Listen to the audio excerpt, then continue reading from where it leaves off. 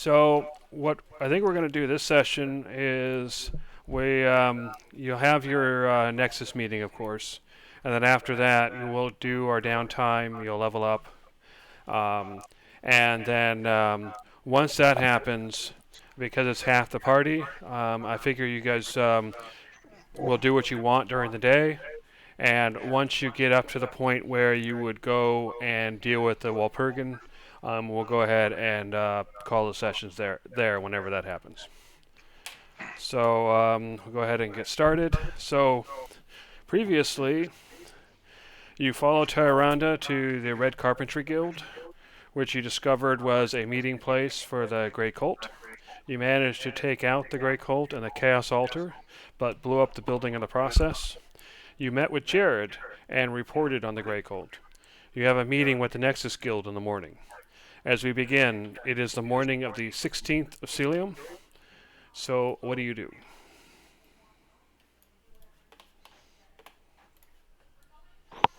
I guess the usual breakfast and meet up.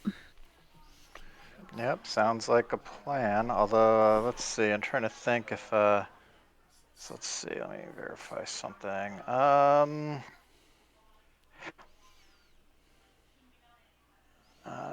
Shoot. Well, while he's figuring that out, as you go downstairs, you realize that half the group is missing. Devok, for some reason, is staying home in the Sadaga ward, and Galen and Ire are in their rooms. Apparently, Galen isn't feeling well, and you're not sure what's up with Ire. He just seems to be um, non-communicative this morning. And as you reach the the you reach the common room, you hear chatter that continues to talk about the destruction of the Red Carpentry Guild, and you hear off on one side people complaining about shipments missing, and their businesses. They're not. They seem to be unsure how they're going to fare with their business because they relied on Red Carpentry for various things. So you sit down to have your breakfast.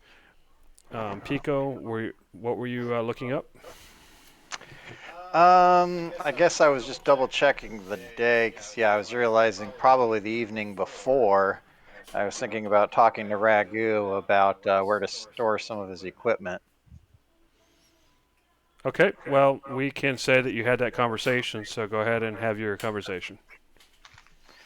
All right. I was thinking we might want to have something temporarily more secure for the items. What's your opinion on that? 'Cause I'm not sure where they are at the moment is ideal. Well, considering they sat where they were for such a very, very long time and did not explode, I'm not really worried about them exploding unless we sit there and mess with them. That is not Don't my worry, I will find a concern different place. Oh, well, I think because maybe up until if you're last worried night, about nobody somebody, had any pressing interest in them. if you're worried about somebody looking for and finding them, then perhaps we can get some lead, because I am well aware that one of the things we learned in magic school is divination gets blocked by lead. So if we have like a lead box, we can put some in. Well, maybe we can stop someplace and find something like that today before they close. Not a bad idea. All right. So what are you doing? Um, Basically go to any sort of shop that would, or smithy type place that would work with lead materials. Sorry, what kind of place? Any sort of smith or whatever that would work with lead materials. Okay. Yeah, there are definitely smiths throughout the city, so you were able to find one. I don't know if you're coming through to everyone, but you sound like you're far Oh, away, Jeremy. oh, my bad. I put up my boom while everybody was talking so that it Oh, wouldn't echo as much. Anyway, I said you're looking for a smith, and that can work with lead. You're able to easily find one in the city. So you find a smith. So what do you do? All right. Hello. I think just a medium-sized chest. Go ahead. We'll probably have to. Actually, yeah, we'll have to provide that ourselves. Yeah, something was about. Yeah, just like a standard little, just like a 2 foot wide chest or something would work pretty well for that, right? Yeah, I think he will be working with all of it. If he's making a lead box, it'll be, in something else. 'Cause lead, Yeah, but you can't really smith wood. well, there's. So my point is, we buy the box and bring it to him and have it lined. Okay. So, all right. So yeah, first we'll go ahead and find a chest. Yeah, basic 2 foot chest, something that would clearly fit the items we're thinking of. Okay, you're looking for a 2-foot chest, just like a normal wooden chest. Yeah, I'm sure we've run into plenty of those in our adventures. In fact, now it's one of those. Maybe we should have grabbed one of those. Yeah, hold on. Let me bring up the price list here.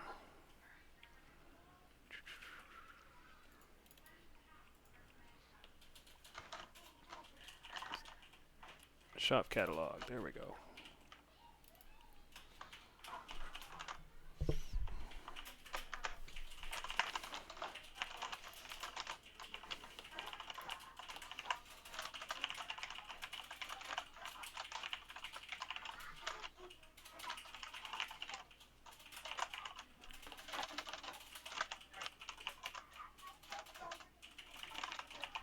All right, so you're able to find a 2-foot chest for about 50 silvers,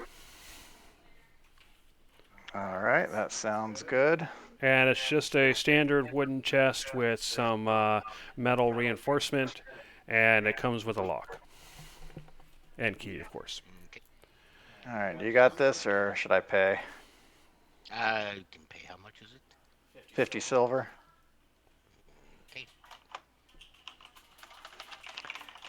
And as you go up to purchase it, the dwarven smith kind of looks over and says, "It's a decent chest there. May I ask, what are your plans?" We were thinking about opening up a dungeon and have adventurers bust into this lock and steal all of our stuff. He looks at you quizzically. It's like, and he chuckles. Pico, always the prankster, Pico. No, we simply Well- would like this box to be lead lined. No, we don't. Hey, we're just talking about right now. We're just talking about the carpentry guy, right? No, we bought the chest. We went to the. So we already did go to the other place. Oh no, I'm still sorry. You were buying. Never mind. The dwarf was at the smith at the carpentry. My bad. You just purchased a Oh, in chest. that case, I misunderstood. Yeah. My. Okay. Um, Okay. Oh, regarding that guy's question, then it's like, well, we live in an inn currently, and it's a nice enough place and seems to be pretty safe, but everything's just fine until something goes wrong. So, just nice to have something secured to store your possessions in, just to help ward off troublemakers. Oh well, if Couple extra that's beauty the checks. if that's the purpose, I can give you this. I can upgrade the lock for you for another 15 silvers. Make it harder to pick.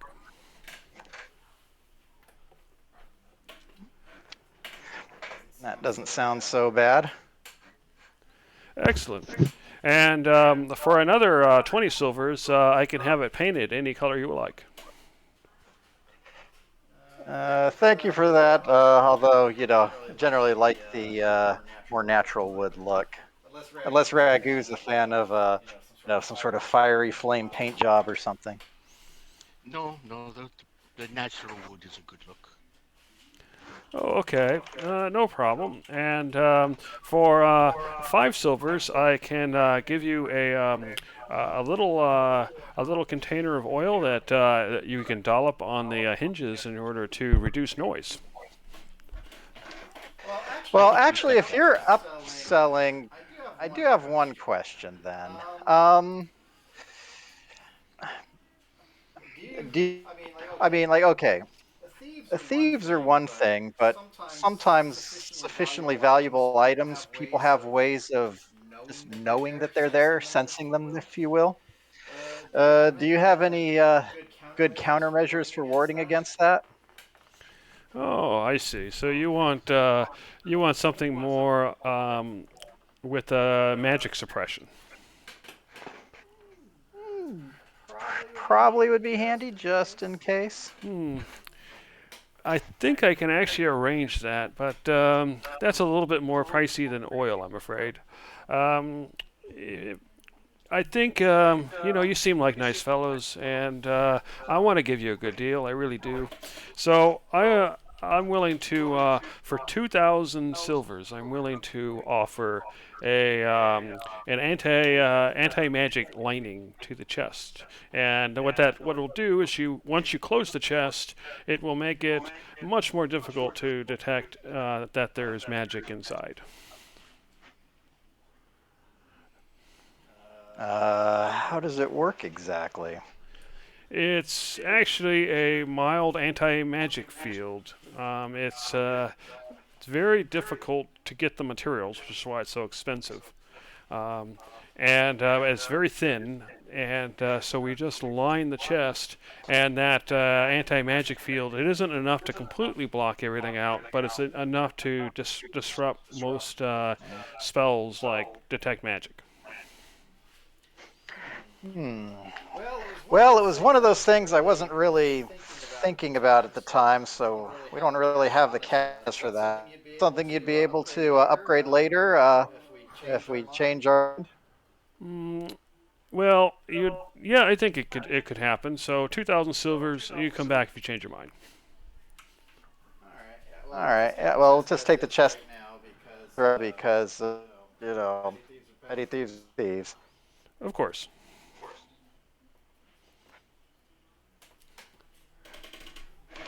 And the name's John. John. Or at least that's how I'm known here. Oh, do you have a exotic name? From? Well, is Kazakhstan, but it's easier to say John. Yeah, I would.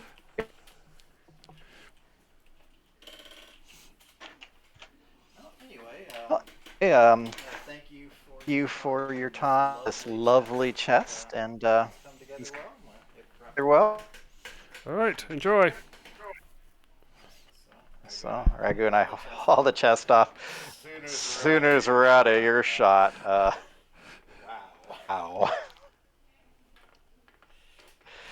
that is the most I think he was expensive lead I've trying to ever heard upsell. of. Yeah, and yeah, I think he was trying to upsell that a bit much. Besides, if we Yeah, went anti-magic, we can just drape a couple of those cloaks over top of the chest, eh? yeah, I guess that's true. We'll go ahead and Still go to wanted the to other get this place, Smith. Okay. lead line, yeah. You Which see I'm a sure will get us sour-looking, 2,000 silver. shaggy-haired dwarf behind the counter, and you can see that there are people still in the shop shopping, even though every once in a while he'll actually yell at one of them, it's like, "What are you doing, idiot? Put that down." What do you do? Uh, looking for some lead sheeting. Do you have that available?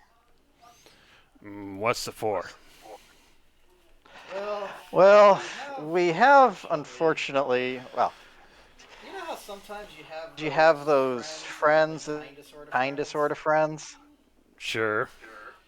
Most people. Well, well, maybe this one's a little more kind of sort of than most.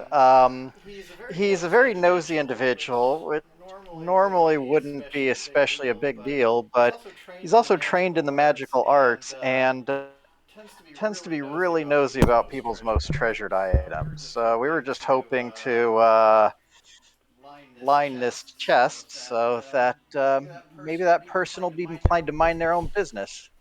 What they don't see doesn't hurt us. I see. Um, I could probably get that done for 75 silvers. That sounds like a good deal. All right then, leave it here for a couple hours. Pick it up in the morning if you can. That should work, I think. What time do you open? When the sun rises. Okay, perfect. We will be back in the morning. Okay. All right, I was half expecting that to after the other guy. So that is stuff you did the previous evening, correct? Yes, yeah, the 15th. Right. And then in the morning, you came down, you had your breakfast, you noticed half the party was upstairs, you heard people talking about the guild and the explosion. So after breakfast, what do you do? All right. Well, first, it's like, Oreo, if we don't mind, we've got to make a quick jaunt to the shop, and then we can go meet with Carl. Sure. Okay. Fair enough. So you go to the shop then, where where your chest is being fixed up. Yes. Okay, so yeah, you show up, and the guy, same dwarf, is behind the counter, and he says, "Oh, good, you're back." He puts it on the counter, and he says, "Well, good doing business with you. Need anything else?" Nope, that should do. A pleasure. And Ragu, did you mark that off your money, or should I do that? I will 75 silver. Yeah.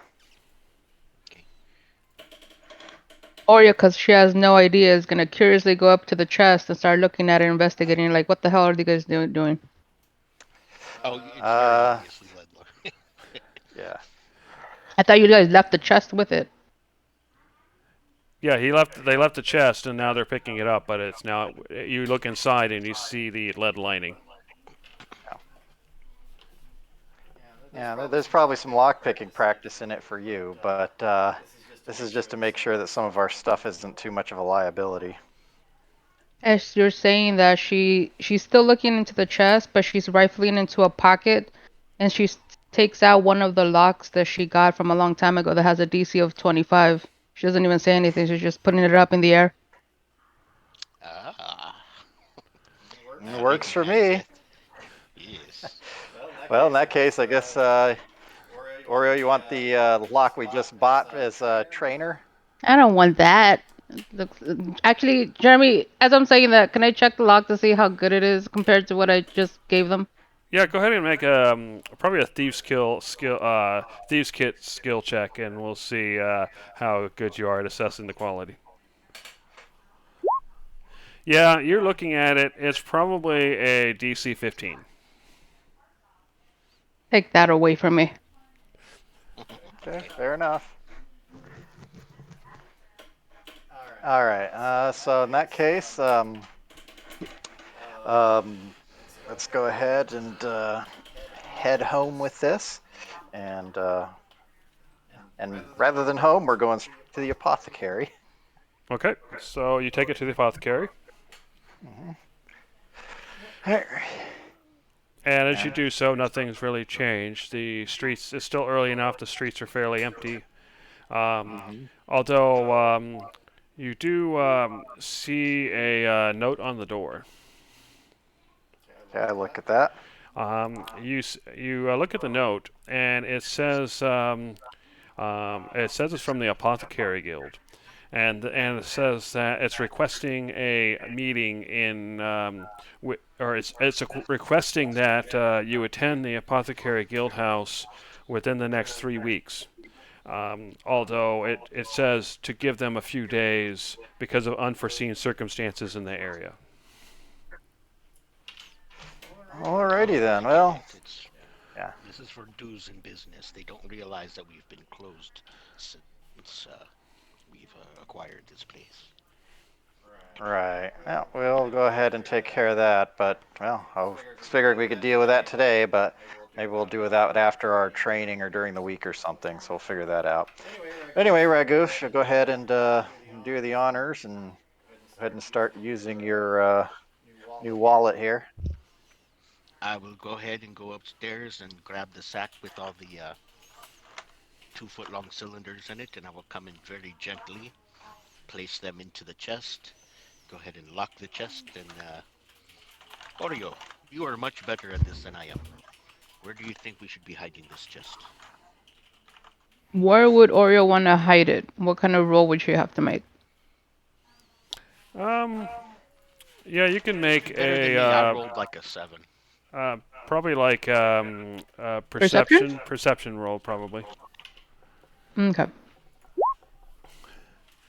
Okay, your thought is that to make it look like it's worthless. You know, if you were sneaking in a place and you found this carefully hidden treasure, you would assume that it must have something good, no matter how hard the lock is. Whereas if you just found something out in the open but was a pain in the butt to deal with, you're more likely to leave it alone. In that case, as you're telling me that, Ragu, Oreo is going to take out a dagger just out of nowhere and start just carving the hell out of the chest.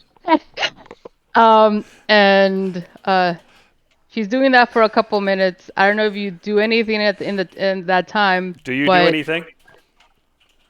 She just suddenly takes out a knife and starts stabbing at your chest. What do you do, if anything? Well, I It's did not ask a her to, mimic. hide it.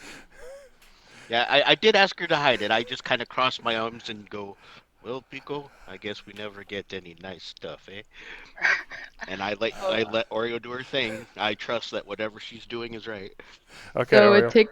it takes her a couple minutes, but it's almost like a masterpiece. By the time she's done, she kind of even does the whole like thumb in the air, closing an eye, kind of checks like perfect. All right, this looks like shit. No one's gonna get into it, so just put it in any corner of the room.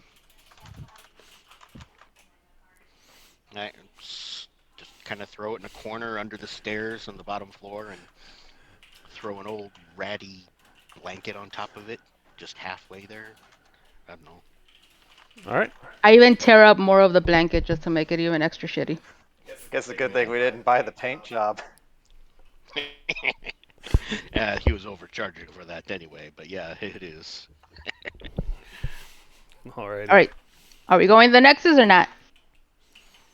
I think we're good to go now. Admittedly, I'm not in a big hurry to get over there because I'm kind of dreading that conversation the way I was dreading the one with Rutha. Fair enough. I'm thinking there's no way they could know it was us at this moment in time. And we just say nothing and they'll know nothing and we'll be good. I'm under the impression that we've got already another mission, so I'm more excited to just get the hell out of here. Yeah. Sounds good to me. All right. So let me go ahead and put Oreo on the map. And for whatever reason, you three are the only ones attending. Because the other ones are either not feeling well or just not communicative. And as you arrive, Elru pops out, but you notice that she's more somber than usual. And she says, okay guys, come on. But I have to warn you, Carl's in a bit of a bad mood today for some reason, and he's not talking. So, come on.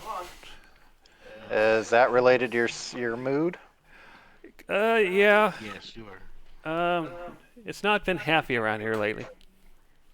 How lately? Oh, last couple of days.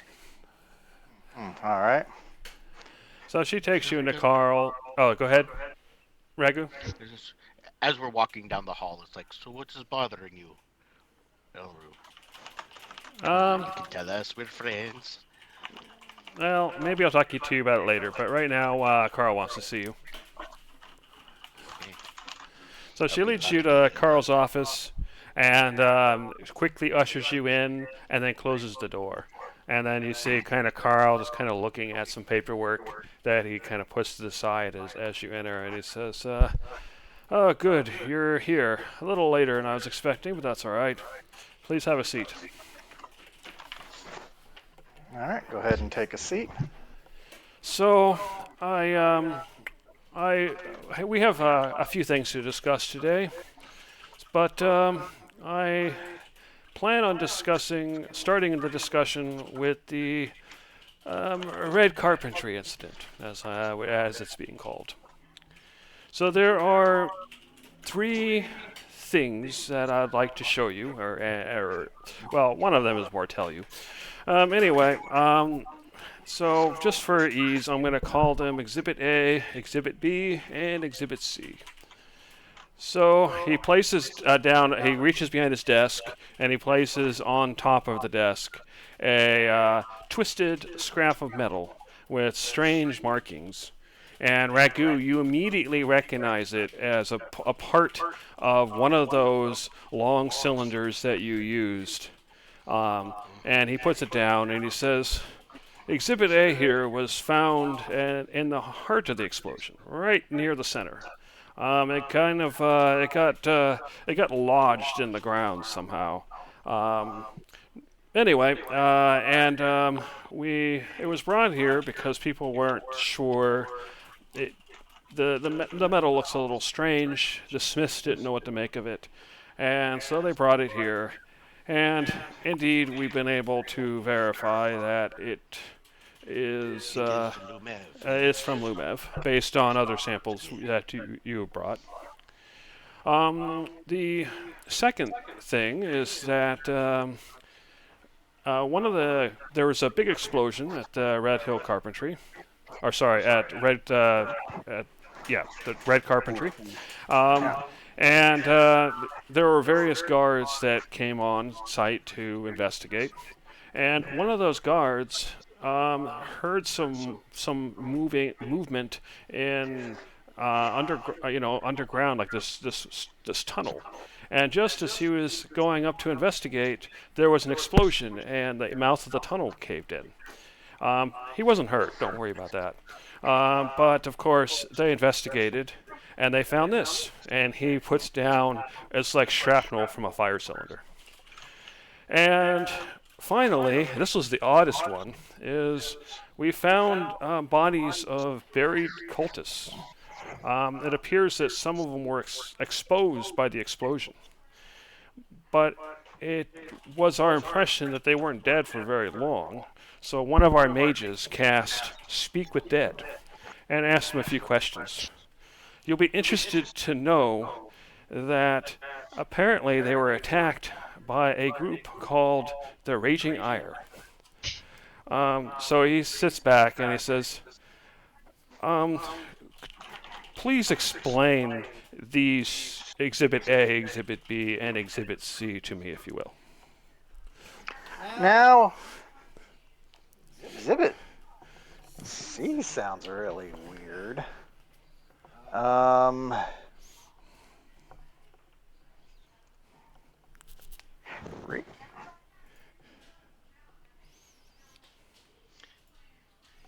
Well, we are, myself and I were the Raging Ire in the tournament, but Yeah, and you've actually made quite the name for yourself. Apparently, you went to the Valenstar celebration, and you were known as the Raging Ire there. And when does who are these peoples? Are they evils or goods? from what we've been able to tell, they are gray cultists, which will feed into the next topic. But we'll get to that in due time. Okay. See, we have reported already that we have fought a few gray cultists with the whole well poisonings and everything. Right. So yes, I can understand that. But when did this dead person say that we had attacked them? And where? Apparently at the Red Carpentry Guild Hall. And Yesterday? when is just not long ago at all. Well, I'm not so sure you can be trusting that because my good friend Ire, part of Raging Ire, has been laid up with his own computering thing. I do not know what he does. He stands in the corner, his eyeballs flicker, and he doesn't move or talk for like days on end. Well, he didn't do anything or go anywhere yesterday. So we could. Well, actually, he did do quite a bit. He and Galen have been watching or been training that new assistant for that we were talking about for Gimbal. Well, yes, but we both know just exactly how much Ire was actually doing. Galen was kind of footing most of the work there. He was just doing his robot thing, rebooting or whatever he does. Yeah, I think it's more to the point that, yeah, I mean, there are definitely people who can confirm that Ire wasn't there. Yeah, so Indeed. we have attacked gray cultists in the past, and we were very effective helping with like the well poisonings and some other problems. So that particular gray cultist may have been one of the ones that survived our previous engagements and was holding a grudge. And as for the other two things, this is exactly what I was trying to warn you about way back at the beginnings. Way back at the beginnings. Remember I said I believe that there is some other way to Lumev, and because of some of the things that were missing, there might be another gate, and some bad guy, people that are against us was making their own expeditions to Lumev, which is why I thought they were trying to shut down our portal so that they would have unlimited access and cut us off. I'm thinking that this here might be the proof. Because if the Grey Cultists are bad anyway, and if they had gotten their hands on some of this Lumev stuff, they might have been trying their strange, weird magics with it to become even more powerful. Okay, so he's listening to all Maybe they this. were attempting to blow up the city, and it backfired on them. Okay, so he's listening to all this. So what I'm going to have you do is, since you and Pico are the ones making the argument, and Ragu, you seem to be doing the most talking. So I'm going to say that you're trying to either do a persuasion or maybe even a deception. I'm gonna call it a persuasion because everything I just said, I honestly did say at the end of the first Lumev expedition. Okay. I am literally revisiting my original view from the first expedition, so I'm not lying. I am just persuading. Fair enough. So What I said would persuasion's happen. fine, but what I'm going to say is, since Pico is also participating and making good arguments, that you have advantage. So go ahead and give me a persuasion check with advantage. Good luck to me. Okay. So he nods and he says, "This makes sense to me." So you just so we're clear, you were not involved in the explosion at Red Carpentry. No, but that is not to say we were not involved with You know, the Great I've, Cultists. We I've have got been some doing questions some stuff with because them. there's some weird oddities. You said, 'cause where did you say you found these bodies? Sorry, say that again. Where did you say you found these bodies? They were buried at, I believe, under Red Carpentry of all places. I think I wouldn't even found them if it wasn't for the explosion causing some of them to be exposed.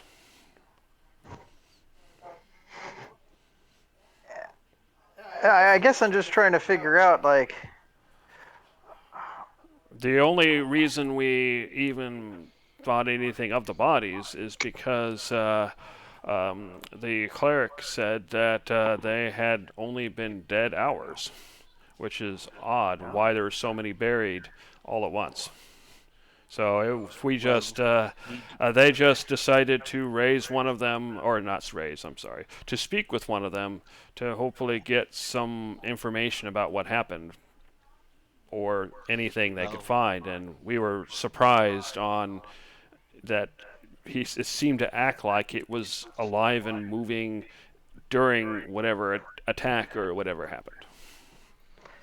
how many of them were there? We have. We found, I As believe, 2 or 3 of them, but we believe there might be more that didn't get exposed.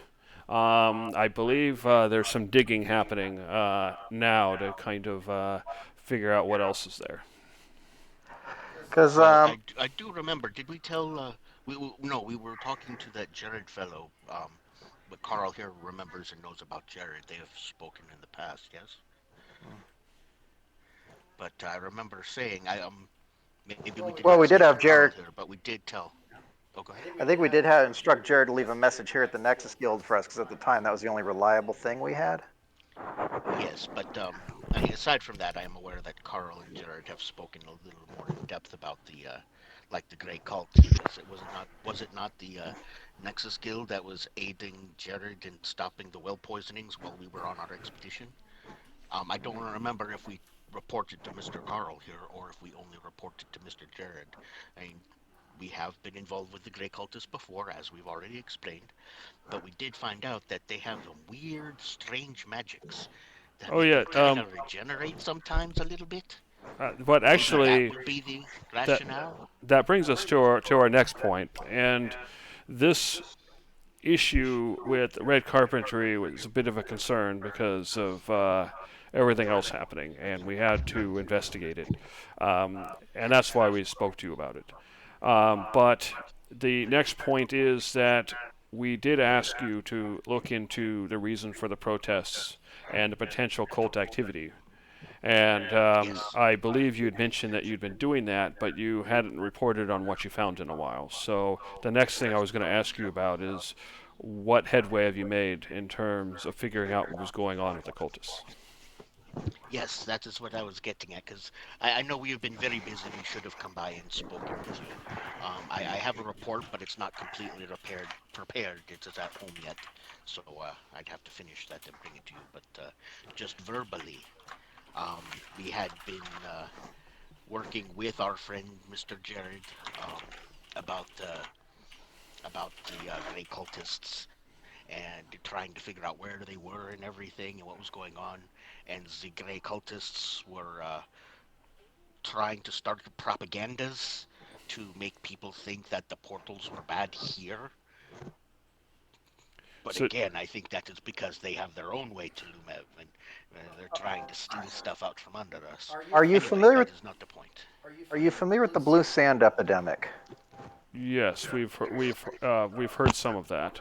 Although apparently the Temple of Godrak has some sort of They have a cure cure now. I or invented a something cure. along those lines, something that can break that addiction, I believe. Yes, I, Yes. I invented a cure and gave it to them. I'm very proud of that. You did. Wow, that is impressive. They mentioned actually now that I think about it, I think they mentioned something about Nexus agents. So that must have been you. But let's rewind a bit, because under normal circumstances, yeah, it's great we're all saving the day, coming up with a cure for a drug epidemic. The important part is what the drug was meant to do.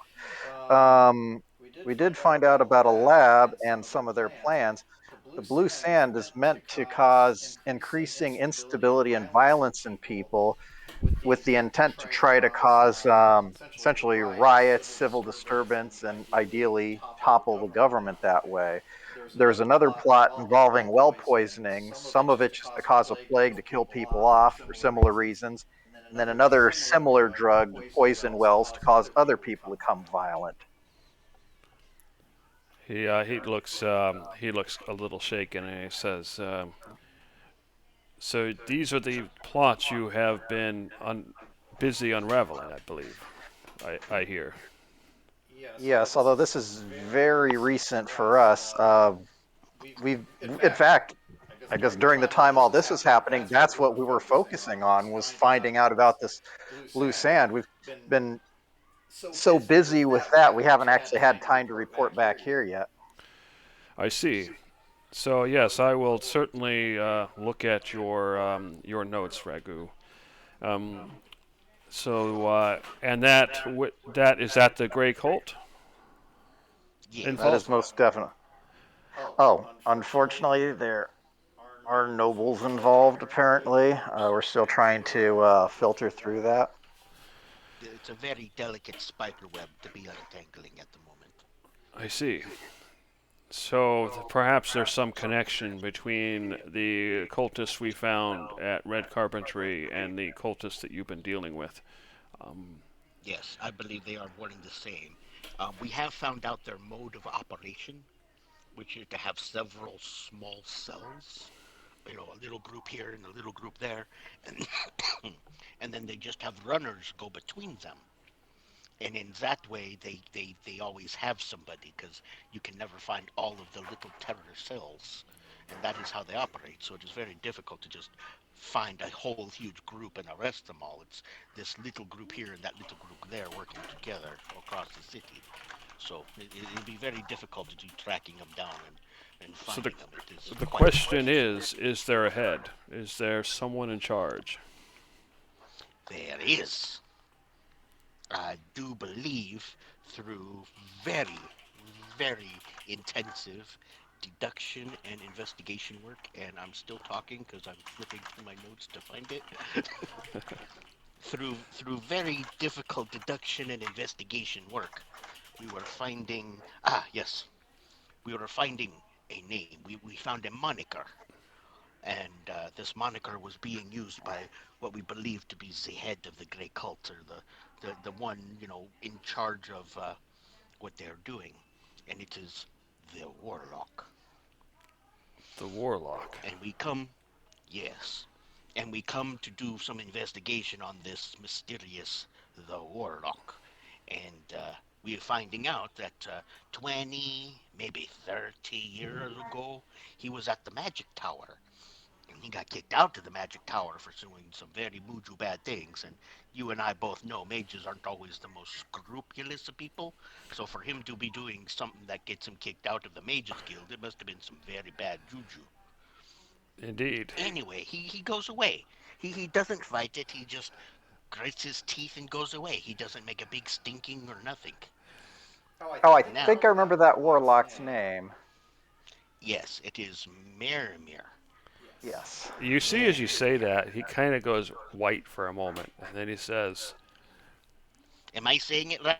And I pull a little notepad with a piece of paper. It's like Merimir. Merimir. Oh, it's got an A at the beginning, but you pronounced it close enough. "Well, Well, he I'm trying to say it with an accent. he is yes, I do remember. I was here when he got removed, and yes, you're right. He did leave awfully willingly, despite the allegations against him. But he had That is enough because he influence and already had power his plans. that he was allowed to leave peacefully, which I thought was a mistake personally. Yes, well, I believe he left peacefully because he had already had these plans and had already put them in motion. And he was very, very good at being the patient and long game. And I think that long game is kind of coming short now after 20 or 30 years. Well, then that is your new mission, to find find the head of the cult, and discreetly deal with him if possible. But unfortunately, that is not your only mission, as getting to the root of these issues is vital. But we have another, even more important issue to deal with. There have been multiple Kylon attacks against towns and cities here in the kingdom of Ethelion, as well and it's even spread to Encrenvia and Aetherin. Word is spreading, despite the Empire's best attempts. And there have been rumors, although unsubstantiated, of Kylon sightings here in this very city once again. And based on the information that you were brought to us during the last expedition, it is our belief that there is information about the Lumev weapon back in Delsara, specifically in the military district. Unfortunately, due to all of the protests and issues within the government, we have been unable to send an expedition. But due No, to wait, this, I thought I was under the impression that the speeches that myself and Ire had been doing on behalf of the Lumev expedition helped to quash that a while ago. it helped, Or that but is still happening. it takes unfortunately quite some time for politicians to change their views, if you know what I mean. Anyway, due to all this mounting pressure, and due to the good works that your group has been doing, of course, and others who have been also striving to set things right, we have finally managed to get approval for a short expedition. So we'll be forming an expedition in Delsara to learn about the weapon before it is too late, and it is scheduled to begin Celium the 25th, Berisha Day. The expedition should last for less than a week. It needs to be targeted. You will go in. We believe the information, based on what information we've been able to gather, is within the military district. And once you have that information, you are to return so that we can formulate the next leg of the plan. And that will give you the opportunity to continue your investigations into the Warlock. Okay. So in the meantime, you will begin your training today, because I believe that you are ready. It has been enough time, and so you will be busy for the next week, and then you will have the 23rd and 24th to do with as you wish, and then on the 25th you will go on your expedition. Excellent. So is there anything you need to, any questions or concerns?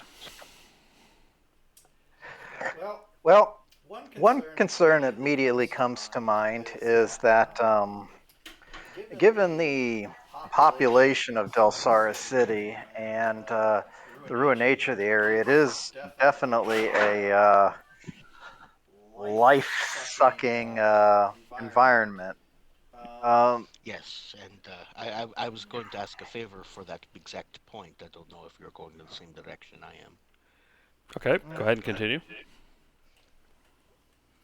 Basically, I was just wondering about anything that might help resist the soul-draining effects of that place would be welcome, especially for those of us with somewhat weaker constitutions. Actually, I was going to wait the until before at the expedition to let you know, but I can do it now. And so he pulls out several necklaces, and each one seems to be pitch black and have some sort of black pearl at the end.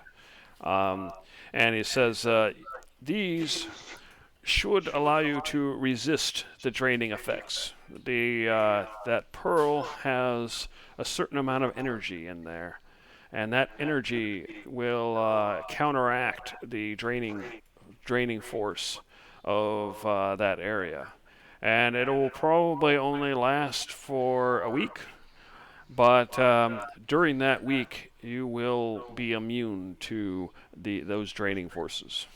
Unfortunately, it does not grant you immunity to direct attack, such as by creatures or spirits, but at the very least it will prevent the ambient drain from affecting you. In meta terms, it means that you would no longer make Constitution saves every day, your short rests act as normal, etc., in the area while wearing the necklace. That is absolutely perfect. It is something we've been developing while we were waiting for the next expedition, knowing that we would have to send you back into danger. And this doesn't mitigate the danger. The spirits are there, and who knows what you will find once you start digging deeper into the military district. The horrors may be, well, horrific. But at the very minimum, you don't have to die a slow death. Yes. And on that exact same note, I shall have delivered to you, but I will describe it now because it's at home. But we did find a couple of odd pieces of clothing when we were in Lumev. I believe they're in my previous notes from our first expedition, and they look like silver one-piece jumping suits with some sort of covered hood. if we have a week, perhaps the Nexus can put its resources forward to get this identified to find out the exact properties, because I've had a suspicion that they might also have helping mitigate or defend against the Kylon's environmental influence. So I was just curious as to if you can get that identified, maybe that information could be helpful to all. Yes, something I can look into. I can't make any guarantees, but I will definitely ask for that to be done. Okay, and I can have that delivered here, one of the suits delivered here along with my notes. All right, that or sounds good. A proper report. Excellent. All right, in that case, if there is nothing else, I will have Elru escort you out.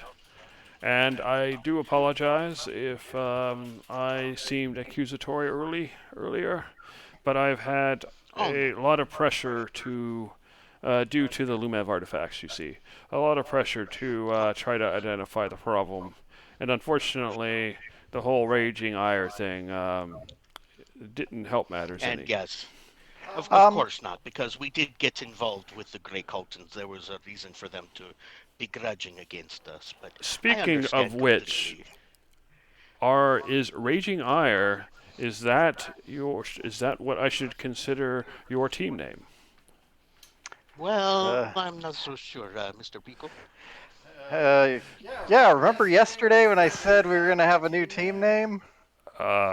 You mean months ago? Yeah, yesterday. We ended up deciding on the Cavalry.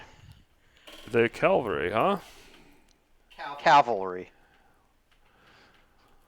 All right, that will be done. It is good to have a name. Raging Ire does sound amusing, but I believe your choice here is more suitable. Yes, because who do you call when you need help? And then in Ragu's head, I mentally say wrecking ball. There is an audible chuckle. But yes, you have thoroughly convinced me that you have nothing to do with the Red Carpentry, so that issue is dropped. Although I am curious to find out who did attack the place at some point, or whether it was just an accident, as you said, and how the Grey Cultists are involved. So it is something we'll continue to look into. Are In my we own allowed to person- look into this? Yeah. In my own personal opinion, the Grey Cult might be in some way connected to the Sword of Justice. And I believe it was a Sword of Justice who was first trying to stop us from going through the Lumev portal, and they were trying to steal Lumev and other strange artifacts. I'm thinking if some of that leaked down and the Grey Cultists did not know what they were doing and attempted to apply their dark magics. I've been learning and studying on these Lumev things myself, and they can be very dangerous and easy to make a mistake. Perhaps, but I believe due to the various pressures, I would say you are allowed to look into it, but I would wait until at least after your training week, because that will give things time to settle, if you know what I mean. Of course. But yes, after that week, you are free to look into it, because at that point the guards will have little to complain about, because they would have had enough time without interference. Is there anything else you need? Yes, we were talking about these wonderful necklaces, which is excellent special equipment for our next mission, and it's supposed to be a short mission. Yes. May I request, and it is not a requirement if you cannot do this, and that's fine if you cannot do this, but as a backup plan, when we were first investigating the Kylon and how the Kylon were smuggled into the city, we found out that the Sword of Justice were using these little crystal gems, and the crystal gem would get smushed, and once you smushed the crystal gem, it was like a spell went off, like casting a spell, and it only worked the one time. because the gem was smushed, but it still gave them the spell to use as a requirement when they need it, yes? Okay. I'm thinking it would behoove us all to have a backup for this upcoming Lumev expedition. So I'm giving you, a week and a few days or whatever to think about it to see if you can requisition such a crystal. And And I would which suggest that this spell would you? crystal would have wind walk.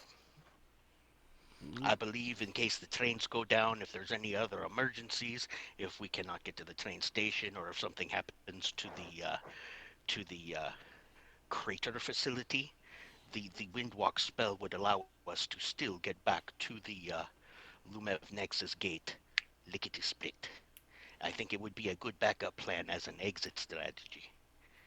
Well, I And it will. would help guarantee the information we find will get here. Okay. Well, I will definitely look into it. Although obviously I can't make any promises. Of course not. That is why you have a week and several days to look into it. If I asked at the last second, it would obviously be much more difficult for you to do. Yep, that is certainly true. So I thank you for that. All right then. If there's nothing else, then I should get on with the rest of my day. And he points over to a stack of paperwork, and he says, "Believe it or not, this was a break. I will speak Well, to you in a week." And very much good luck on all that paperwork there. All right. So he Elru escorts you out, and I'm gonna go and take you back to the regular map, and you can speak amongst yourselves for a few minutes because I'm gonna go check on Brenda. I'll be right back. All right. Well, we are not responsible for that explosion. That Is- went a I lot mean- better than I would have expected. Yeah, I Hey, mean, and is to there be a honest real? with you, I wasn't lying. Oh, go ahead. Sorry. Nope, all good. No, you started talking. I didn't mean to cut you off. Please. No, it's all good. Go ahead.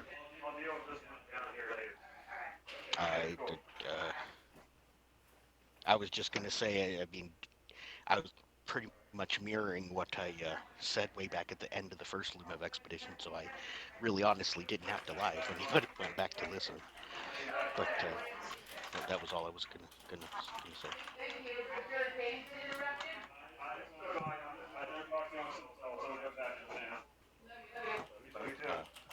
No. So I was gonna say, Hello. I forgot. Oh well. Alrighty. So anyway, you guys obviously are gonna go through your long rest, and I'm assuming everybody leveled up. Yep. Yes, I did. All right, so one piece of meta thing that I'm going to let you know, because it'll be relevant in upcoming sessions, is once you reach level 10, you will... okay. Once you reach level 10, you will... you'll be able... You'll have graduated in the sense that the teachers... can no longer are no longer needed to advance. You basically graduated college, as it were. What that means in practical game. What was that?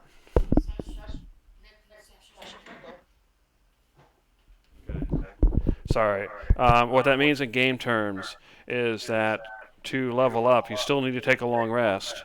But at that, once you pass level 10, you will no longer need to be in Maven and go through training, which means that if you can set up a long rest in a safe area, say in Lumev, you could still level up.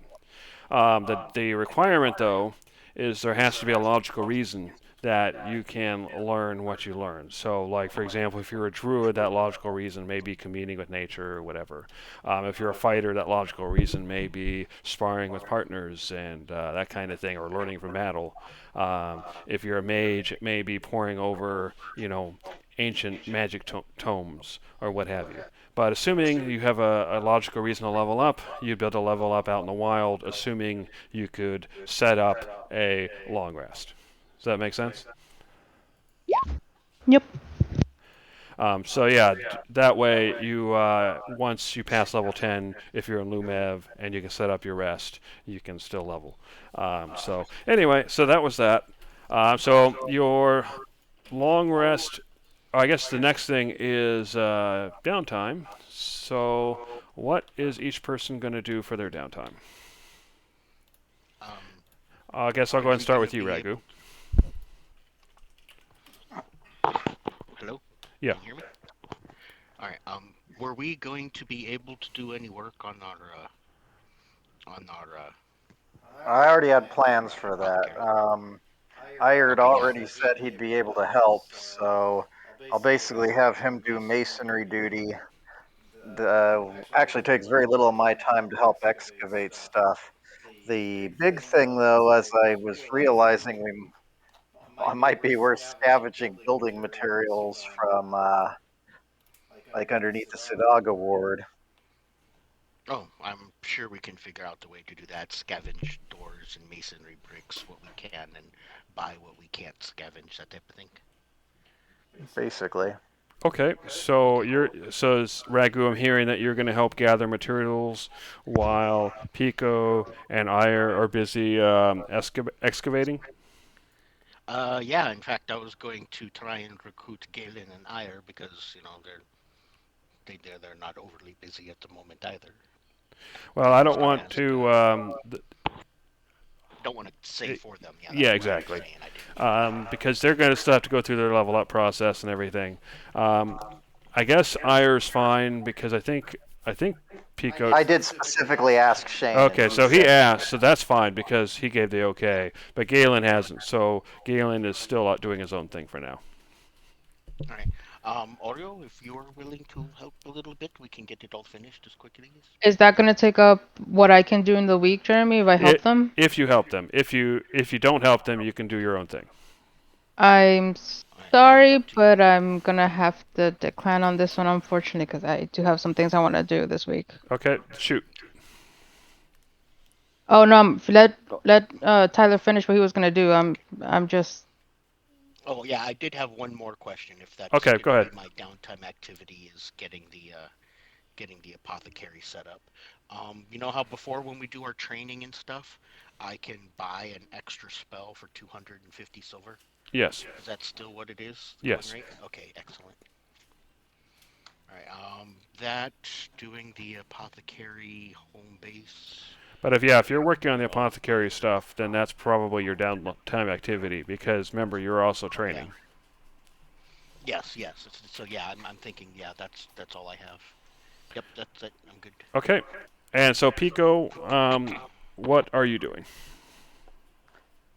um, You and Ira, I should say. well, yeah, most of it would be building instruction. I mean, basically, the idea being is I'd work with him to, because in order to keep everything as stabilized as possible, I'd only be digging tunnels on a need to access basis. So the idea is just do the minimum excavating necessary so that he can build things like walls, archways, pillars, and stuff like that. Um, Once that's good, then we can kind of progressively go along that way. Other things I'd do to help him would be unorthodox things like actually using molders to move dirt out of the way so he can get stones into places that normally wouldn't be accessible using traditional construction techniques, things like that. And Okay. since the masonry part of it might take a while Ire does that, Ragu and I were going and getting bricks because yeah, you've got Fencer's floating disc, right? Yes, I do. Okay, so yeah, so that way we'd have a fairly easy way to deal with loads. And then as far as getting the dirt out of town, we could use the wagon, dump that out somewhere, whatever makes sense. Okay. So what I'm gonna have you do then is Ira is basically you have him doing the mining and everything just because he has the skill, right? And Well, more the masonry, the stonework. As far as the actual excavating, I mean, if he's got the skills that allow him to give some advice, I'll gladly take his assistance in that regard. Fair enough. So, and it's advice I that do we're believe talking he about does have- because what I'm going to have you do is make a roll as you're excavating, just to make sure there's no complications, to make sure that the size that you're excavating, you're not doing, you're finding any weak spots, all that kind of fun stuff. He has a plus 10 in his mining, so I'm just going to have you roll for him. I guess you can give him advantage because you're helping him. So just roll a d20 plus 10, and we'll see if there's any complications. And Ire, I know you're giving me your expert guidance because you've tried before, but there's always room for a little more expert guidance. So, all right. Okay, so I'll just roll a d20 and another d20 plus d4. So that's 11 plus 10 is 21. Okay, so yeah, you can go ahead and calculate. You probably have, I would we'll say 10 hours during the week after training. So plus the weekend, so that's another 16. So we'll say 26 hours total. So go ahead and calculate how much dirt and everything you can move in that time period, and then and then we can go from there. Well, that part's actually pretty easy because let's see. I forget. Was there a load limit for Tensor's floating disk? 500 pounds. 500 pounds. Okay, so it'd be about 4 loads per. Okay. So then my question is, how long would it take to actually make it out of town? It's a busy day, so probably maybe an hour and a half. Is that each way? Actually, let me see. 1, 2, 3, 4, 5, Well, 6, 7, for what 8, it's 9, worth- 10. Actually, instead of So okay, about 50 instead of minutes. making it out of So about 50 minutes, about an hour each way. instead of making it out of town, is there a landscaping business close by? The landscaping business close by. Yeah, either landscaping or maybe gardening. Like a nursery for trees and stuff. There is Any the of those park, places like the that. park district, which would probably be your best bet, which is number 12. Because if there is an actual business there, then they would be more than happy to accept free dirt and soil. So if it was like a nursery or a landscaping business, they always need landfill or dirt for plants. Okay, that's a I good could give it idea to them for actually. free, and So they'd be very happy, 10, 15, and 20. they might even be willing to show up and haul it off halfway. Okay, fair enough. So that will be if you do that approach, which makes sense. So I think that'll work. That'll be 20 minutes each way. All right. Okay. And then another thing too is that it's not like the dirt has to be moved right at that moment. We could always kind of just build up the pile and then move stuff during off-peak times. So. Okay, yeah, you can take that in your calculation. I'm not saying you have to make the calculation now. I'm just telling you what it would be, and then you can figure that out between sessions. All right. Okay, so that's what you guys are doing. So Oreo, what are you doing? She would like to spend the week helping Toulouse out in the shop because she definitely is owed a couple of favors, so she's gonna make herself available to her for the course of the week. In doing so, she would like to kind of get to know a bit more of Toulouse, even though she already knows her, but kind of like more of a formally more catch up. And in that catching up, ask if she happens to know of any people in town that, I don't know, just don't have a direction, don't have a path, or maybe just runaways. Like, she's just trying to get to know if there are people that she can help, that maybe she can be of use to or so.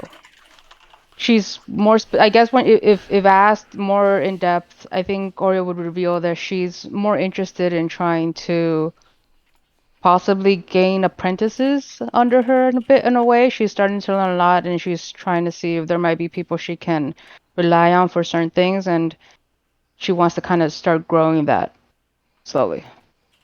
Okay. So are you looking for people who are kind of desperate and need help, or are you looking for people who are already skilled who might be willing to work with you? Skilled, I mean, when I say apprentices, I mean people that might already have skills, but they just maybe have just had rotten luck in life and just got the wrong end of the stick, and she's there to kind of help them out, and in doing so, potentially recruit them a bit. Okay. All right. So yeah, you go through and you definitely learn a bit more about Toulouse, and perhaps a little bit about the guild.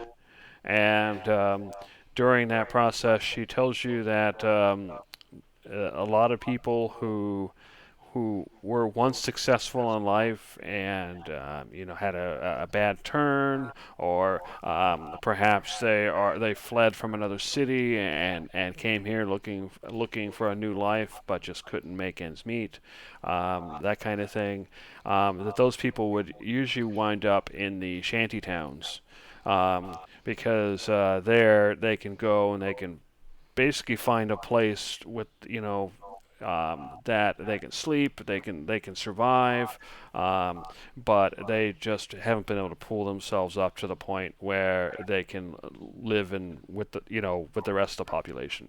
And on the map, those would be these 28s. Um, Okay. so yeah, she gives you some pointers for where to look if you Right. and that kind of thing. But unfortunately, you don't actually have time to do that during the week. Yeah. Correct. No. That's perfectly fine. I wanted to have at least have that start going, and throughout the course of the week, because I don't know how much she'll actually see of the other guys. I think our trainings are separate, I guess. Yeah, So they are. So you won't see much of them. yeah. So I mean, but if anybody stops by her room or anything, people will find a bunch of scribbles of random, like kind of like as though she's practicing a signature or something, but there's not a definitive, and it's just ramblings all over her room for the next week. Okay, fair enough. So that's what that's what the other two. That's what you guys find. That's if you guys stop by, but if not, all good. Um, yep, and that's it. Okay. So the week passes, and it is now the morning of the 23rd. It's a chilly morning with a light wind to the north, but it is a completely clear day. Unlike here, where it's super hot. So you wake up, and you probably get together for breakfast. So what do you do? One quick question. How much does the wagons load again? Oh, actually, I guess I could just look for the wagon cart. Hold on. Yeah, you'd have to look at that. I don't remember. Wagon. It's There we go. I found it. No, I'm just trying to find the right tab. okay. Geez, what's that doing? Oh, the wagon hates me. Okay, we'll just close that. Try that again. Still having trouble. Yeah, it's probably doing. So it's currently it's listed as 855.1 out of 990. Okay, so close to 1,000 pounds. Okay, that's valuable because I was calculating the weight it would take to move a 5-foot cube from, because it was a 20 minutes round trip, 20 minutes each way. 20 minutes each way. Okay. So so anyway, yeah, that worked out to be 20 tensors floating disk loads per 5-foot cube. So 40 minutes round trip to the dump site times 20 would be like 800 loads, Okay. which would be quite time consuming. So I was figuring that You're gonna unload the wagon and fill it up with dirt. that would triple the load capacity doing that, because basically the wagons could carry essentially 2 loads, and the tensors floating disk can carry 1. Okay, fair enough. Yeah, people do use wagons in the city, so repurposing your wagon for that purpose temporarily is not a problem. In fact, we might even want to rent one for that purpose. And But maybe the people that we're giving free landfill and soil to would also have their own wagons show up at a designated location, not necessarily in front of the apothecary, just a designated location down the block to just load up. They didn't offer that by default, but is that something you're going to ask for, Ragu?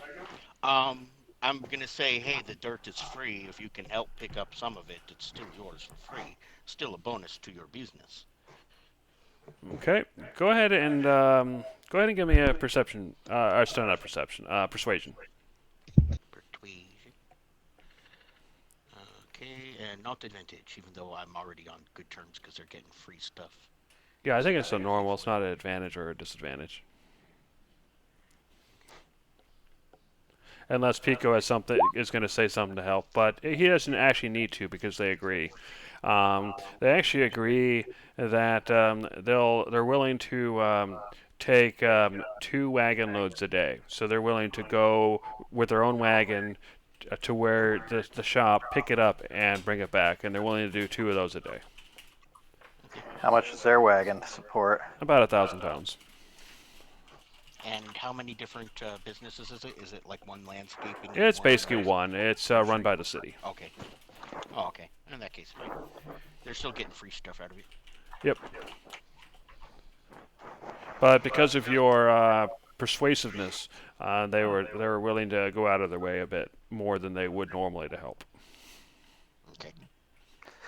Um, and actually, the first day of our long rest, there was something I wanted to try with Ragu. Okay. So here's what I want you to do, Ragu. I just want you to stand there.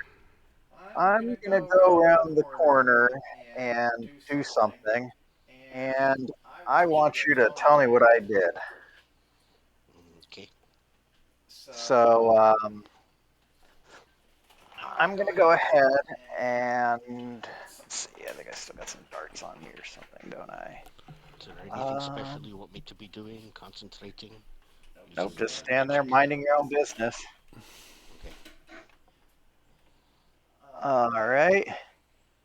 I'm gonna go ahead and go out of sight. I'm gonna find a nearby tree. Okay. So you're doing this outside? Yeah. Okay. Um, I am going to take my grappling hook, toss it up onto a branch, and I'm gonna tie my damaged lantern to it. Okay. I'm just gonna sit there like that for a bit. Maybe after about a minute, I'll go ahead and untie the lantern, use the mage hand to retrieve my grappling hook, go back over to Ragu, And and he would have no idea what you were doing. well, we'll see. I'm going to take off my one of my knife claws and hold that out to him, and it's like, could you tap this with your knuckles and think about 30 seconds ago?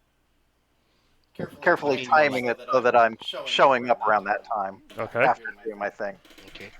I grab it and tap it with my knuckles and think about what were these claws doing? Where were they about 30 seconds ago? And Oh, think about okay. I see what's happening now. So yeah, so you do that, and you see a vision, and around about 20 feet away, you can see, the background kind of fade out to black, but you see a tree, and you see a person that is a tabaxi holding the lantern, and you see the tabaxi throwing something out of sight, and then you see some rope being tied around the handle, and then let go, and then the tabaxi kind of fades out of view, and then everything fades to black.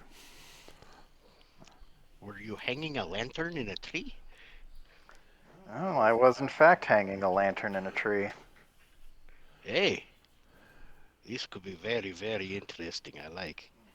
So yeah, you only got a couple of seconds of the vision, and stuff beyond a certain distance basically faded away, and and some of the details, it's kind of like having a limited view, so you couldn't Mhm. actually see the grappling hook go up and hit, but you could see the person throwing it, and you could see, yourself being tied and everything. So it was limited, but everything you saw was accurate.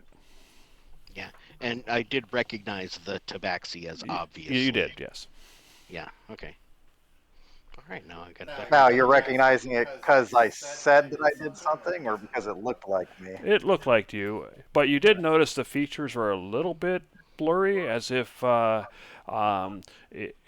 it seemed like everything as you went further away, things became a little bit more indistinct. But he was still recognizable. Okay.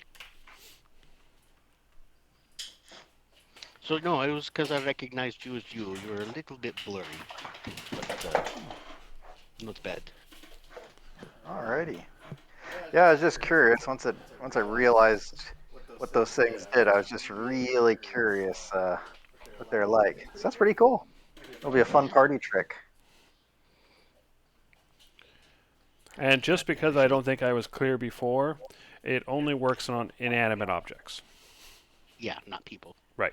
It'll work on like a boot or a chair, but not a Exactly. person. Yeah. Okay. Anything else that was happening during the long rest? I am gonna, pick up breakfast and bring it over to or lunch, I mean, and bring it over to Oreo at least one of these days because I know she's busy somewhere. Yeah, Okay. anytime you come by and we happen to collide in the common area for lunch, breakfast, or what have you, you'll constantly see her like whispering to something. You don't see anything or next to her, um, but she's very enthralled in conversation, like she's talking to someone clearly. All right, well, if you're too terribly busy, I don't want to bother you, but I figured I'd at least bring you lunch because you're obviously got a lot to do. Out Uh, of nope. curiosity, seeing her do that stuff, do I ever pick up anything that makes sense? Go ahead and make a perception check to see if you can make anything out. But it sounds like she's whispering, so it might be kind of hard. Um, Give actually, me clubs. Oreo, probably not much, but tell him a few words of something you actually said. So you're telling me that if you were to mix these two ingredients, you can make poison out of it? You're kidding me. There you go. Seriously? That's Oh my enough. god. You heard that. All right. Okay, so the week passes, like I was saying. Um, so during the training, as you learn that there's only a couple more training sessions that you need with the guilds before you're on your own to learn. Um, the training seems even more intense than normal. So Oreo, um, can do. Is there anything happened interesting during your training? Um, None is, I mean, I don't know about interesting so much as like an actual experience itself, but Sure, you that's guys good enough. will, but I will say that the party at the end of the week will start to see that she looks a bit grayer. It's not so much grayer as in like almost like she looks a little faded out. Um, but she definitely looks a lot more in tune with like she's very perceptive, like she's just looking around a lot more. She's very but there's something very clearly like almost spooky in the sense of like her looking a little bit faded out, like she can easily just go in and out of crowds without a blink, and it's to the point where it's near scary. Cool. All right, Ragu, did you experience? Is there any experiences you had, or anything interesting happened during your training, or anything like that? There was one other thing I had to do. I don't know if it's part of training, but it's to go visit that armorer again. Do you want to take care of that afterwards? Okay, we'll get to that afterward, but this would be stuff Okay. during your training. Okay, training. Let's see here. Let me double check. I can't hear you if you're talking. Sorry. I'm double checking here. I Okay. didn't have anything pre-prepared for comedy. Okay, well, we'll skip you for now. Oh, Pico, is there anything, no. any experiences or anything interesting during your training? Well, one thing I couldn't help but notice is that a lot of people seem to be watching me a little more closely than usual. And it's like, what, do you think I'm gonna die again? Um, so I kind of just tolerate that for a few days. And then one day I just decide to play along with it and just suddenly clutch my chest and just kind of keel over, spin around with an arrow sticking out of my chest and the blood just starting to drip down the side. Is Oh this my like in God, front what's of happening? is that in front of like a lot of people in like in the common area or somewhere specific? It's probably with his in his guild. Ah, okay. Yeah. It's like, oh my God, what's going on? You have people running up to you as you're laying there with the arrow sticking out. Healer, we need a healer, quick! What do you do? I'll heal me. And I go ahead and just tap the illusionary arrow. It disappears, the blood disappears, and I get up. And as you starting to get up, one of the people comes walks by you and kicks you in the chin and walks in the shin and walks away. No, the chin is right. I'm a tabaxi, I'm too fast for Nice. that. All right, back to you, Ragu. Any sort of Okay. experiences or interesting tales of when you were training? Um. Yeah. Because of some of the new spells I was learning, and me and some of the other peoples in the class there, we decided to, flex our magic skill a little bit, and so we laid in wait for the teacher to come in to the classroom, and he saw that there was nobody in class, and so he was like, what the heck is going on? And he was sitting down at his desk, and when he sat down at his desk, we dumped a big bucket of water on his head. He never saw us because we were hiding up in our little pocket dimension in our rope trick, so he could never see us coming, and we dumped lots of water on him, and then we jumped down and ran. You're He was not stupid. happy. You're not supposed to be kids anymore. But you taught us that spell. And it was a mistake. Alrighty. All right, so your week passes, and Ragu, you said you were gonna go to that armor place. So what do you do when you get Yeah. there? Hello, good sir. I believe I was talking to you once or twice before about just upgrading the armor I already have because I like it very much. Yes. All right. What can I help you with? Upgrading the armor that I already have because I like it very much. Well, I understand, but the question is that there was the minor improvement for 3,000 or the larger one for 10,000. Those offers are still there. Yes, and that is what I want to talk to you about. How would you like something very valuable, very interesting, very unique? I believe you could be learning a lot from it.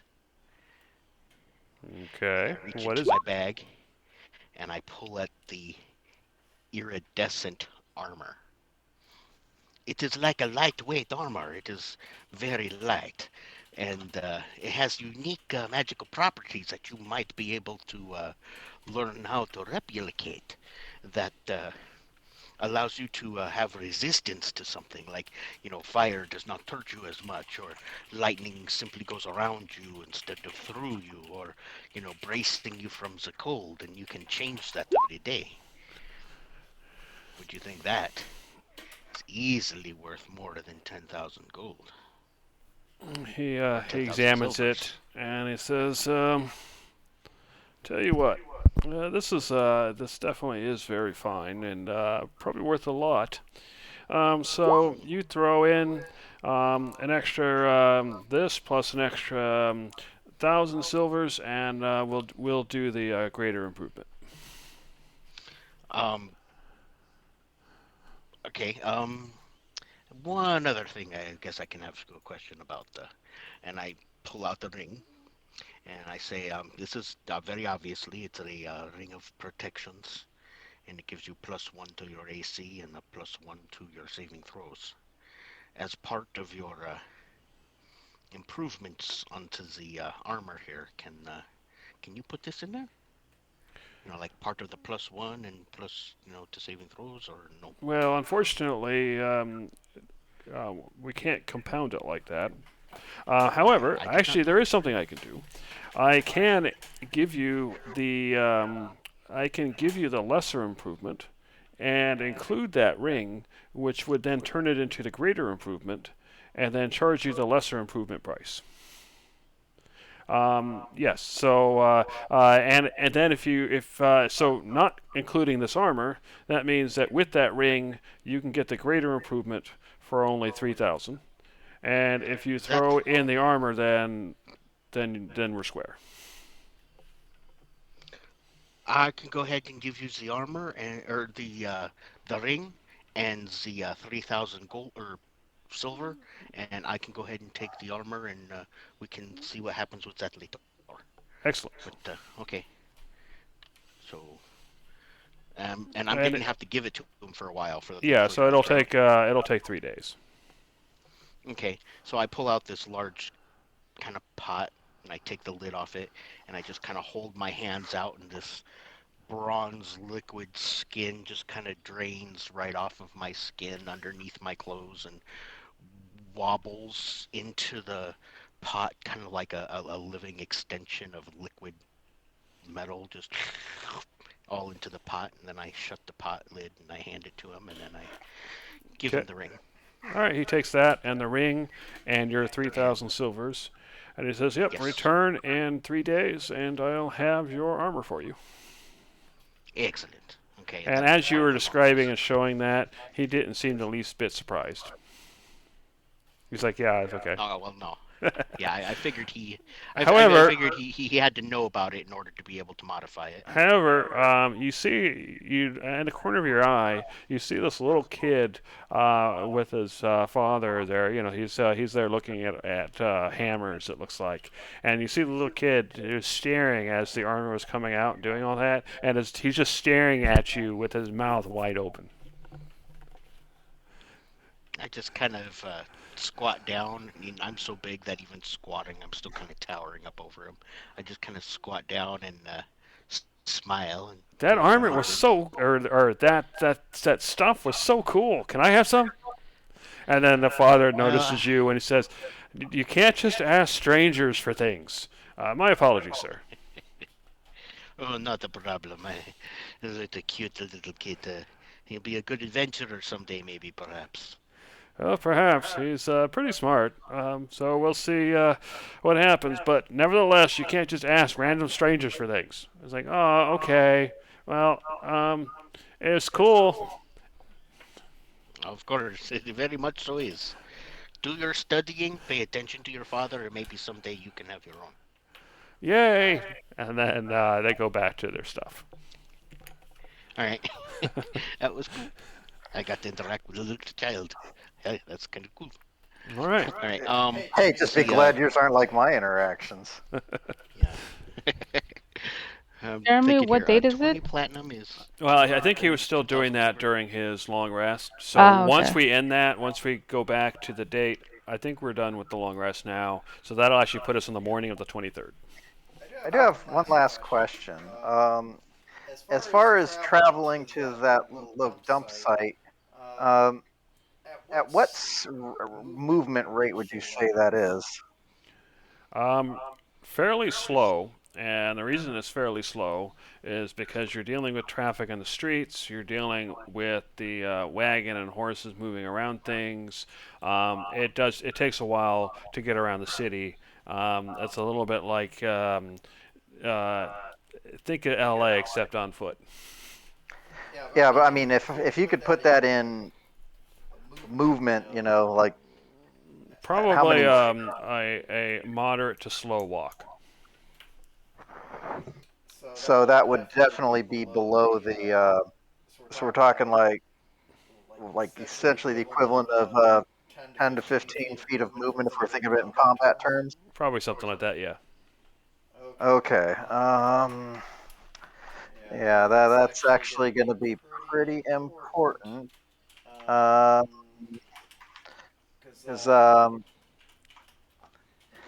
what I'm realizing is that the wagons and Tensor's floating disc are actually going to be pretty damn slow for this. For what? Might actually be faster not to use them. I was doing some calculations, and assuming using the wagon and using the floating disc, that works out Well, to remember the be floating about. disc has other bonuses getting things up and downstairs quickly. There aren't that many stairs on the route. I'm talking about from the basement out of the building. That's the part I can handle easily. Okay. In fact, I'd argue I could handle it a lot easier than Tensor's floating disk can. Um, Okay. Okay. the problem is that based off of those loads, it's like essentially I'd be able to move, or we'd be able to move 12 5-foot cubes per day. No, hold on. Let me see. No, that's 12 loads, and then that's Did you also count in the 2 wagon loads that you get essentially for free every day? that's a really tiny amount, so that's not really worth Actually, that's considering. 2,000. That's 2,000 pounds. That's more than the loads you're talking about. A single a single 5-foot cube is 10,000 pounds. Fair See, enough. I think some of this was getting hand waved. You're making it a lot more complicated than it might need to be. Well, no, I did tell him to calculate it based on the actual Okay. amount of stuff, and it is going to take time. So no, that's fine. Anyway, so what's the deal, or what's the alternative plan? The alternative plan might actually just be to, I mean, I guess the wagon and the Tempest floating disc would still be better than doing nothing, but I'm realizing I may actually have to walk dirt myself. Because even though I can only move it 5 feet per round, the thing is I'd be moving 10,000 pounds 5 feet per round. Um, whereas at the Tensor's floating disk load capacity, you'd have to be able to move 20 hex, or essentially 100 feet per round, in order to move the same amount of dirt over a unit period of time. Okay, but um, how big is that going to be? Your 10,000 pounds? Is that your 1 cube of 5-foot cube? That is one single 5-foot cube, and I'm estimating that um, based on the blueprint or floor plan, a five single 5-foot square would need to be about 7.5 feet tall to have good ceiling space, Okay. and so that's essentially 1.5 of those cubes per spot Hex on of the mass. floor So plan. okay, so if you're walking it manually, you can say that the round trip's still about the same, but you guess you can do it. You can do it yourself, but you can still have Ragu helping with the cart, so you can still be doing the cart thing at the same time. So anyway, yeah, I'll figure out the rest of the math on that. Okay, so yeah, just however much you can get done in that 26 hours or whatever I said, but you can decide, you can figure out how much that is, between sessions. All right. So your week passes. It's the 23rd. Like I was saying before, it's a cool morning. You're having breakfast. So what are you guys gonna do? So Oreo, how'd your project go? Project? Yes, you have been. What project?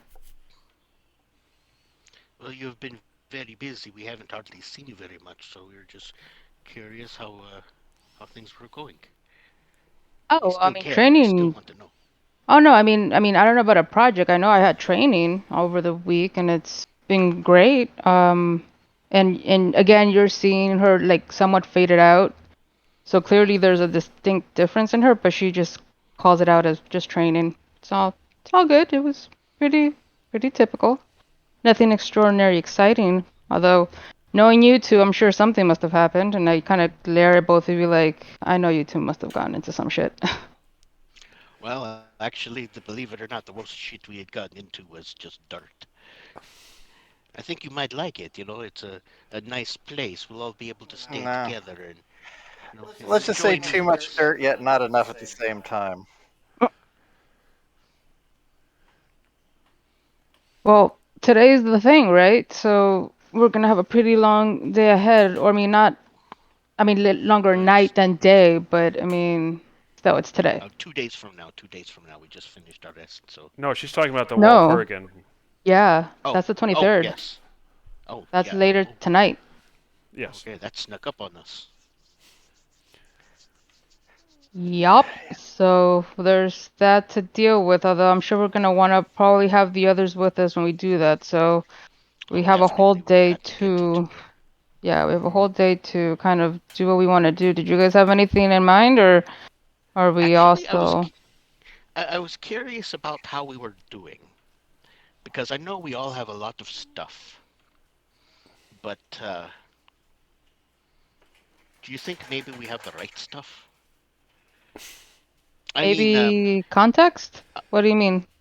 um, I'm thinking. I mean, I do have a bunch of odd extra magical items that other people in the party might be wanting, and they might be holding on to other odd magical items that they have, but they might not necessarily want or use. I mean, I believe if we were to pool together, we could optimize the effectiveness of what we have and who wants what. Do you know what I mean? You want a I mean, I'm not party talking about inventory? anything you. Yeah, I'm not talking about anything you dearly love. Anything you dearly love is yours and yours to keep. But for example, I am having like a cloak of protections, and I am having a ring that allows you to get the maximum out of every healing potion without even having to roll. It's just automatically the maximums. I mean, I have several odd things like this that are that are just sitting here that I am not using, but maybe somebody else would be more effectively using them. And if somebody else has something that they're not really using, and one of these things might be more effective, I think we can optimize optimize our layout. You know, our effectiveness. You know, I just want us to all be the most prepared, because I don't want us to be caught off guard again with anything that happens, and we don't need to we don't need to have any more problems with any very close to death situations. I guess, you know. So, if everybody's as as strong as they could be, that that might be the best, maybe. I I just want to be mean, helping. I don't want to blow up anybody else that I like. you didn't. Let's just get this right. You did nothing wrong, okay? I think I can. I'll speak for myself on this, but I did had zero reference as to what was going on. But she says that, and then she stops and she looks around and she goes, "How about we just go talk at the apothecary? Seems a bit better than here." Okay, maybe Pico and I can be showing you what we're doing. I think you'll be very much liking the basement. Well, out Sure. of I just character. go ahead. Oh, out of character. Don't hype that up too much because the amount of progress is probably going to be a lot less than you're expecting. Well, that's I okay. Yeah, just yeah. I figure that's gonna be It's not a. potential. It's not gonna be a long rest project, guys. Like you guys are really trying to push as much as you can. I'm pretty sure there's gonna be a couple of long rests worth of a project. So at least you guys got something started. Um, but yeah, I think we should probably head over there, and I'm completely fine with sharing more or trying to optimize if that's what you feel like we need to optimize. I mean, I'm all for strategy, so it's fine. Yeah. All right. So you head to the apothecary. Okay. Let me Since go this is ahead the and last put day it on on our there. way to the okay, Uh, since this is the last day of the long rest on our no, way it's to the the apothecary. it's the first day after the long rest. Yep. Okay, yeah. So there should be enough time. I need to stop by the armorer and pick up Yeah, my you got your my armor new back. skin.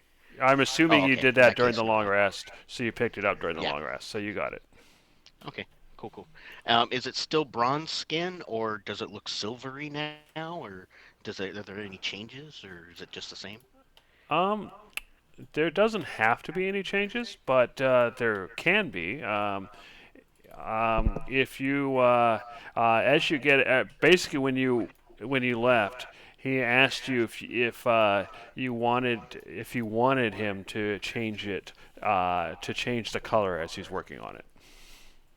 Oh, well, I'm thinking maybe not so shiny, but a silvery would be rather nice. Okay, it is silvery then.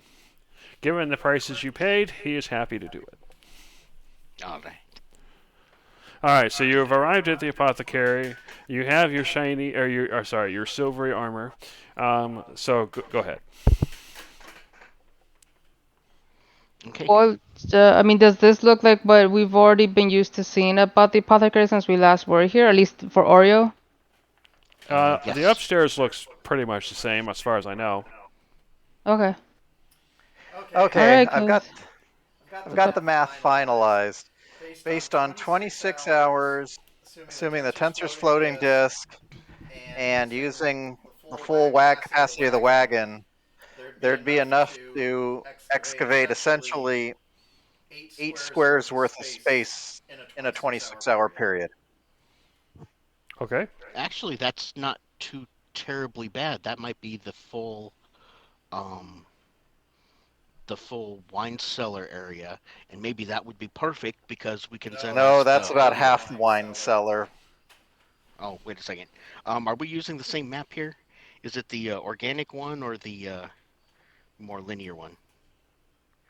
Um, well, let's just put it this way. See where I'm standing right now? Actually, Yeah. never mind. I can use a tool for this.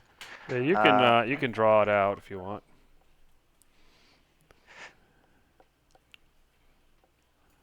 this is approximately the amount of space that would have been excavated. Um, yeah, that's what I'm saying. That's basically most of the most because the original sub basement wine cellar that I have is 6, 7, 8, 9, 10 hex. So if you're 8 hex in, then 10 hex is not too terribly far away from completing that first Well, room, actually, one thing which is to perfect. clarify is you're probably working in squares because that's what the spell does. So it would be eight Yeah. squares, not 8 hexes. Well, I'm working off a piece of graph paper and that's squared. Okay.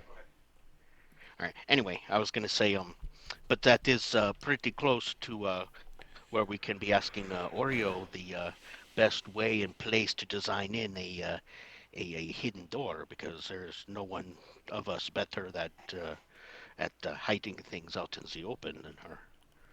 So maybe she can give us some pointers there and having like our secret entrance room is what I'm kind of liking. Well, I would say we haven't necessarily dug far enough to actually have a door there for it, let alone the opposite side of it. Yes, but the Also, architecture is important if you need to have some, double wall put in or have extra support in this area to support the big spinning stone door. Or I don't know the many different ways there are, but if we're not quite done, then we can always build in the required physical construction. well, let me put it this way. Unless we find a better way to move the dirt, um, because the rectangle I drew is not much bigger than one of the proposed bedrooms. So to dig 6 of those, plus the space in the hallway in front of them, would take 6 long rests. And this wasn't enough time to get to the point to start digging that hallway. So unless How we, how much are you guys opposed to getting outside help for this? that might be the only way to do it. I can. This admittedly doesn't account for me using the mold earth to move the dirt myself. I've got to do some math on that to figure that out because that's going to be a slow rate. That might help considerably, but yeah, using just the tensor's floating disk on the wagon. I'm not convinced this will be finished before the end of the campaign. If I Okay, so yeah, can, we are needing if support. yeah, if you guys are not opposed to getting outside help, I can try and scout some people that are trustworthy enough to maybe help with doing some part-time work while we're doing some stuff during the city. Obviously, once we're out, we don't want anyone to be here, but at least they're doing some work in the behind the scenes. Of course, I have to vet them out and everything, but if you guys aren't opposed to it, that could be a thought. I've got a Yeah. question out of character. If I'm just walking by myself, um, am I still able to pull off my normal 40-foot speed move?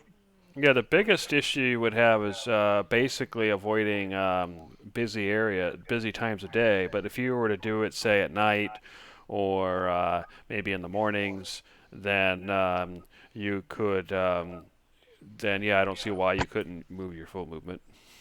Okay, because the reason I'm asking is that while I'm moving a load of dirt, I'd be slower because I'd only have a move of 5 feet. Okay. Because I got dirt's got to keep up with me. Right.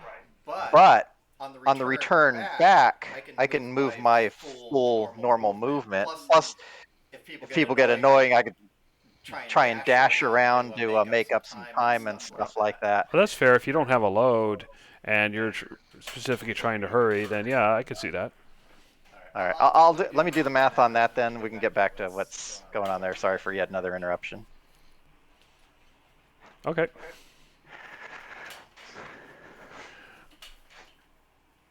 So, all right. So you guys you're currently at the apothecary, and so what are you guys gonna do?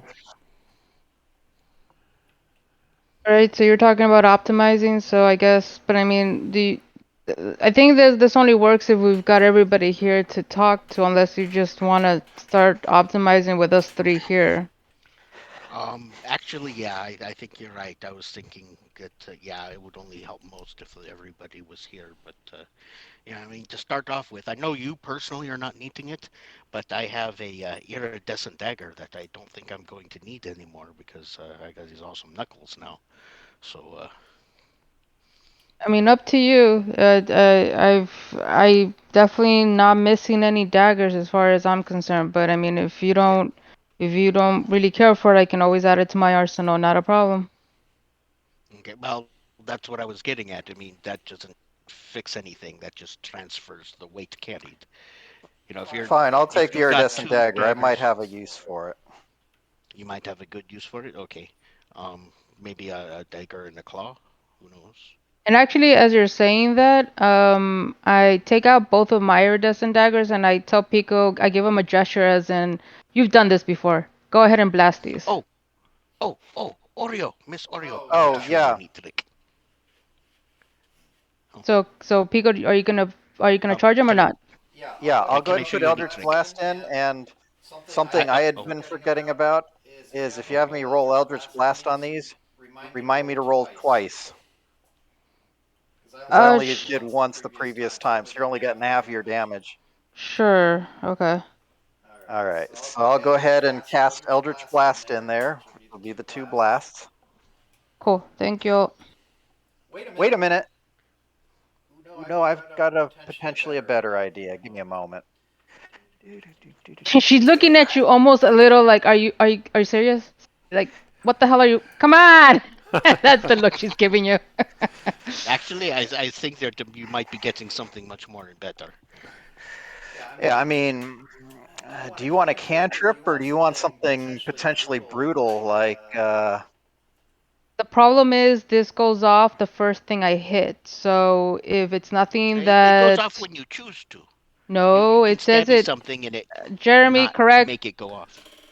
DM rule. Is it the first hit or can I choose?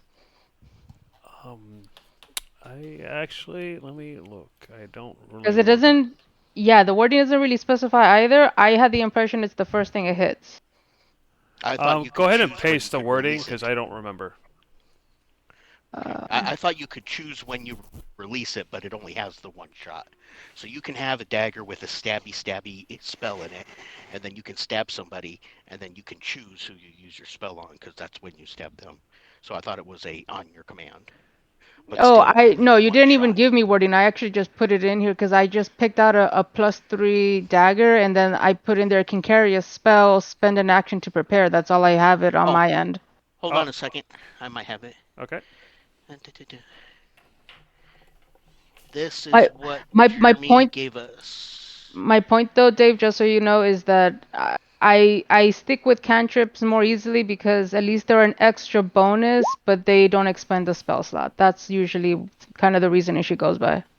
Yeah, but I've got Warlock spell slots now, and I just got upgraded to level 2 slots, so I could load a level 2 spell in and it not necessarily be a long-term issue. But I'm having trouble Because he'll seeing get it something back that looks tomorrow like it'd morning. be ideal for the moment, so I'll just do the Eldritch Blast for now. Anyway, yeah, I think I meant it to be where you can choose when it goes off. Okay, so I should put in there that it is I can choose Yeah. one. It has to be Okay. on a successful hit, but then you can decide to release the power. Okay, well, I just cut and paste in there. That was whatever you had typed in, and I had cut and No, no, pasted I it believe on you. the. I'm not. No, no, That's yeah, correct. I'm just confirming with him just so that there's no mistake from me on my end. So I'll go ahead. If that's the case, then she still looks impatient, but as you guys are talking, she's a little intrigued, like what? And then waits for whatever you guys want to do. I'll put the Eldritch Blast in. It's the only real useful combat thing I've got handy at the moment. Okay, That's there you something go. I want to look into later. That's fine. So yeah, I've got those charged up, and but yeah, so if we're not gonna optimize, then is there anything else that we need to necessarily? Oh, right. Do you guys want outside help, or do you guys want to stick to just doing this a homegrown project? Because that way I know if to find people Well, or not. I would I've definitely. got Go ahead. I have one more calculation I've got to do first to determine that. and as a reminder, I believe that one of you had something to do with scrying or something like that. Yeah, I wanted to talk to Lord Nidell, see if we could follow up on that favor request from before, because that went so great last time. There's also Uh, the fact that there's apparently Kylon sightings going around in town too, so there's something to potentially investigate or start investigating if we have a window today. that's potentially. Although I think Carl had. Yeah, Carl definitely had other people looking into it at the moment. You could Yeah. certainly do that, although you might also decide it'd be a good idea to have more people, but that's up to you.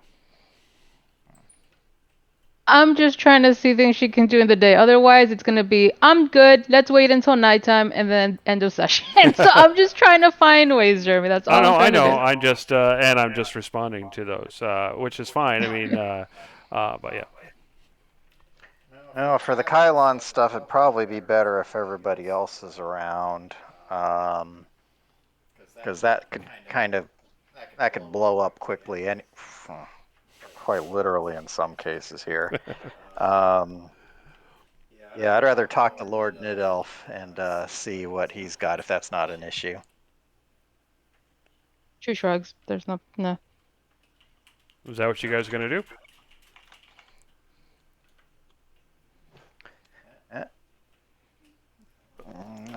Ragu. Um.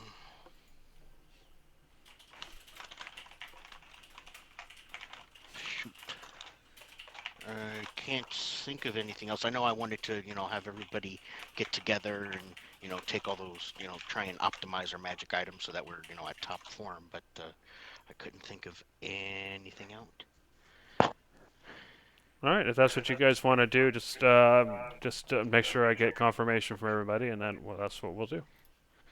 Okay, I wait mean, for Ori will everybody to follow say. along with whatever these guys want to do, so no big deal. Okay. All right, so you make your way to the Nadell estate. Let me go ahead and move, and I think Pico is missing. Pico. All right, so you make your way to the Nadell estate, and you get to the outer gates, and you see guards at the gate. So what do you do?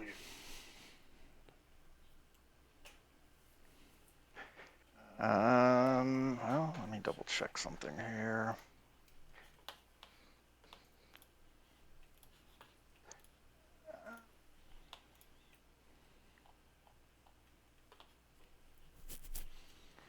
Okay.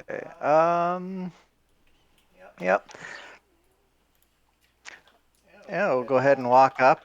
Wow, why is there two of me? Oh, is there two of you? I invoke duplicity. Oh, I didn't see the first one of you. But yeah, so you, like I said, you. I don't have a map of the outside, so you arrive at the outer gate, and there's a guard. So what do you do? All right. Hello, we're here to see Lord. I don't have little written there. Nadell, I think was how I had it written down. Yeah, Lord Nadell. Regarding a possible further continuation of existing business dealings. What's the name? Pico. Let me go in and see if he's available. And so one of the guards walks into the house, and then comes back a few moments later. Please follow me. And then he takes you up to the front door, and he says, "The butler will see to you." And then he walks away. And as he's walking away, the door opens, and you see a finely dressed butler standing there, and he bows. "Welcome once again, good sirs." He looks at you, Oreo. "Were you here last time, Miss?" I don't believe she Yes. was, but she did assist us greatly in the previous endeavor. He bows and he says, "May I add that your color is quite striking. Follow me, please." And he leads you inside, and he says, "If you wouldn't mind waiting in the lounge." Whoops. Of course. Okay. There we go. Now I can move. All Just right. have a seat, please. And I will tell the master that you are here to see him. Mentally, I chuckle in Ragu and Oreo's heads at that. And you sit down. The couches are fine and well kept. On the table, you can see that there is tea set out, and you notice that the tea is hot, and there are exactly 3 cups sitting there. And you can see that the vase has been recently polished, and the plants are vibrant and green. So what do you do if anything while you're waiting?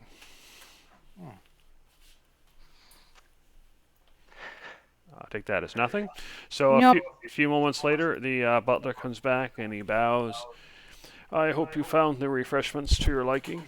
The master is waiting, and he says he told me to tell you that he's been expecting you. Please follow me." And then he takes you and opens the door and says, "Please enter." Thank you. And as you enter, you see a tall figure sitting behind the desk.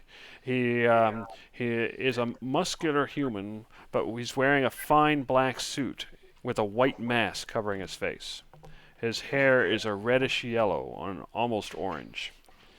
And you can see he is tapping a black cane topped with the silver dragon against his desk.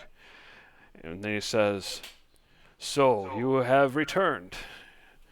And just on time, too. I was starting to get worried that you might be late. I take it you are here to to request your a final favor in order to receive your desire." That we are. "Very good. Just in time." He says, "I have but one more, a small request to ask of you, and if you fulfill it, then the favor is yours. And I have heard rumors recently of ancient ruins of an ancient palace beneath the city. And I believe that the entrance to, I believe that these ruins are located near some underground tunnels. And from what I understand, there are multiple entrances to these tunnels, one of them in the Sadaga district. According to an ancient text that I've recently uncovered, the crown of Queen Galatuk was lost when the ruins of her palace collapsed 900 years ago. And according to the text, there is an artifact of some power that has likely survived, a crown. And I believe this crown may be still hidden amongst the ruins of the palace. If you retrieve this crown, your favors to me are done, and you shall have your request. So what say you? I'm in. So be it. And he pulls out a map of the city, and then he points to the Sadaga district and says, "See this building here? I believe that nearby there is a somewhat hidden entrance into these underground tunnels. Although I have some reason to believe that you might have already been there." Well, if that's the case, that'll certainly make life easier. Looking at the map, It's the entrance to the underground tunnels where you found the cult. well, that does Oh, look okay. very familiar. In these tunnels, that's- there you will find somewhere, at least I believe, the ruins of a palace. So unfortunately, I can't tell you where in the tunnels. But that is the favor. Any questions? Okay. Um, Actually, I think I do have one. So if this is an area that I believe we've explored before, um, I seem to recall we saw some crypts down there, and we didn't explore those because they weren't part of our immediate mission, and they seemed particularly risky given that. No, Um, it will be more of a throne room. I think you'll recognize it if you saw it. Alrighty. Yeah, the thing though is I'm not sure if we might have to go through crypts at some point. I mean, ideally not, but just in case, I was wondering if you'd heard anything about undead or anything of that nature down there. There are rumors of a great evil, undead power that sleeps. If you go through, I would suggest doing it quickly. Okay. All right. And yeah, and I imagine a enchanted crown would likely be pretty easy to spot. Yes, but you will likely find rubble and collapsed stone, and so perhaps it will take some doing. Perhaps not. All right. Yeah, I meant more that we wouldn't confuse it for any lesser items, although I imagine it. The crown is said to be most beautiful. I think it will be obvious if you find it. Ragu, Oreo, do you have any questions? I'm thinking we're okay. The map he showed, that was of the entrances from the Sudaga ward, or way back when we first found the Grey Cult, that entrance in the forest outside the cemetery. No, it was specifically the Sadaga ward. Okay. All right. So yeah, I guess otherwise same arrangements as before. Yeah, I suppose if you don't have any other information you believe to be relevant, you can get started on that. Most excellent. And thank you for being on time. And truth be told, I was concerned that we were behind schedule. I'm glad to find out that we were able to accommodate your schedule. Excellent.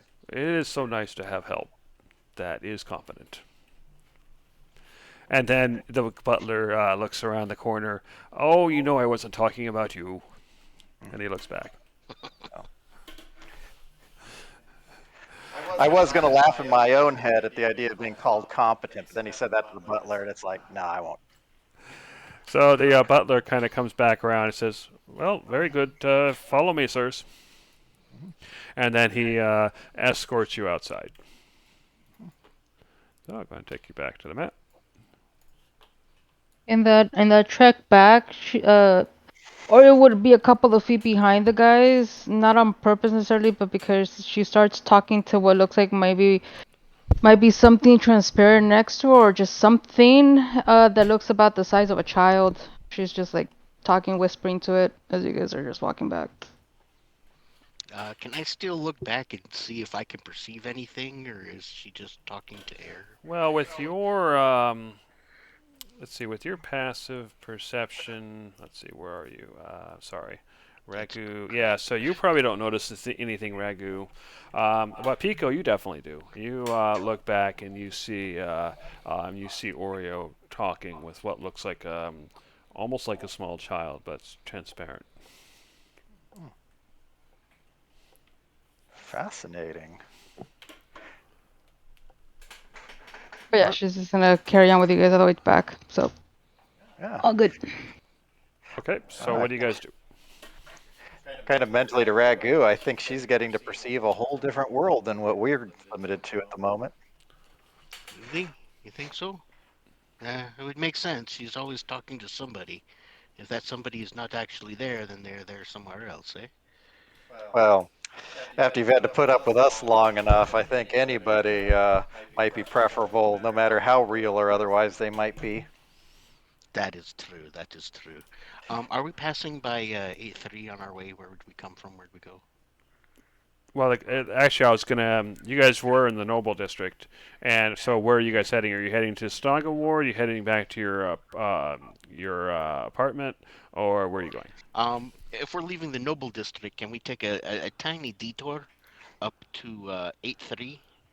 And I would like to drop off, walk into Gimbal. Hello, Gimbal, my friend. Oh, hello. You've been busy for a while, haven't you? Oh, very busy, doing a lot. Definitely gonna be getting some more adventures and some more information and knowledge for you, maybe, perhaps. But I was going to be asking if I can drop off an order and maybe have it filled for a little bit later. Sure. What does he need? I reach into my backpack and I pull out the ingredients required for 5 superior healing potions. These are all the components I am needing. I do not have the time to be doing it myself.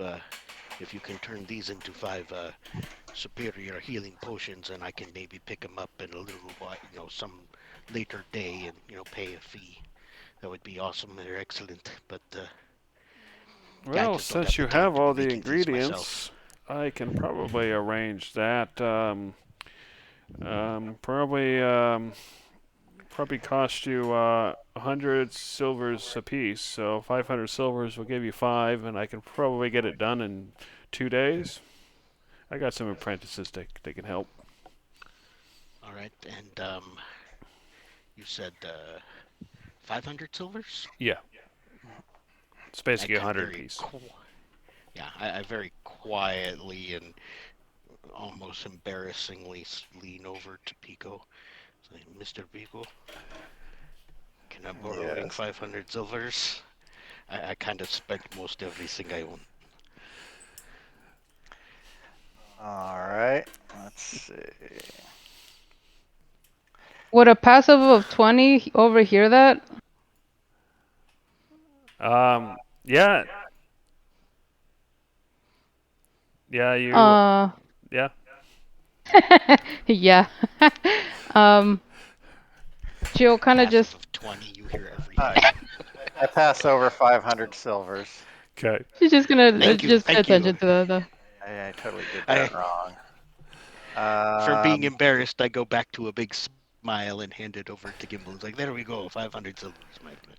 Oh yes, you always seem to have money, more money than you know what to do with.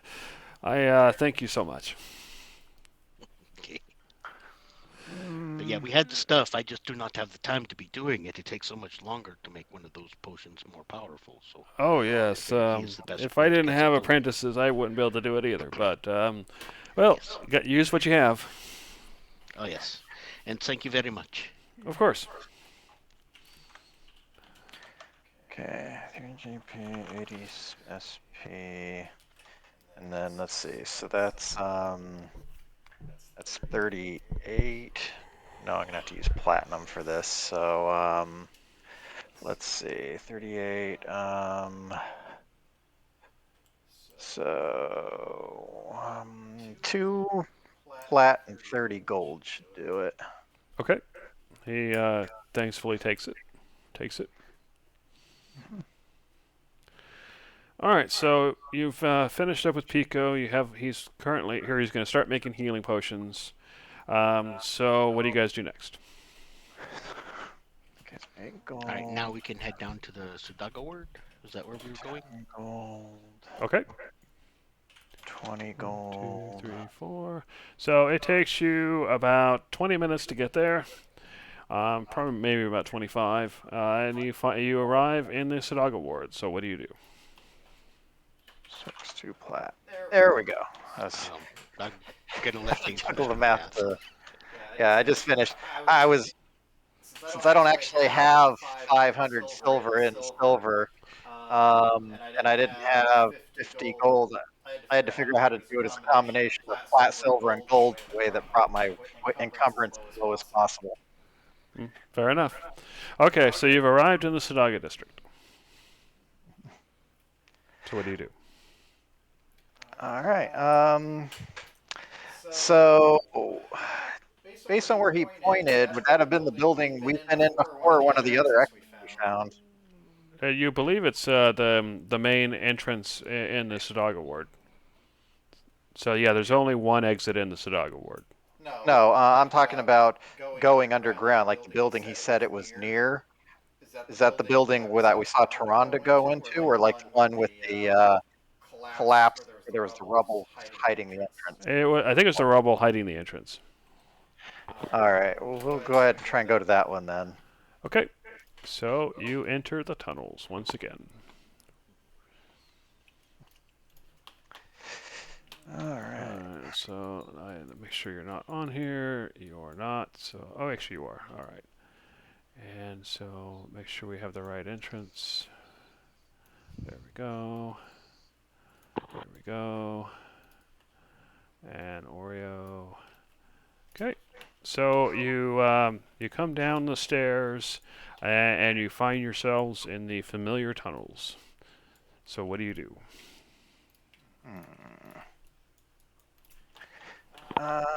Let's see. Direction. Just peeking over here. Just carefully around the corner. Wasn't this one of those passages that? Oreo, did you come around one of these passages the other day? I don't remember.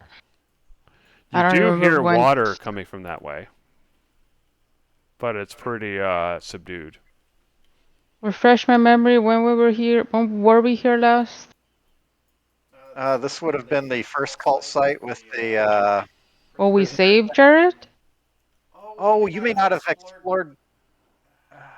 Yeah, I missed out a couple sessions. I don't know if this was in those. This was in the same tunnels where we eventually made it down to the cult cell and rescued Sheila and the other prisoners and found the water with the skull.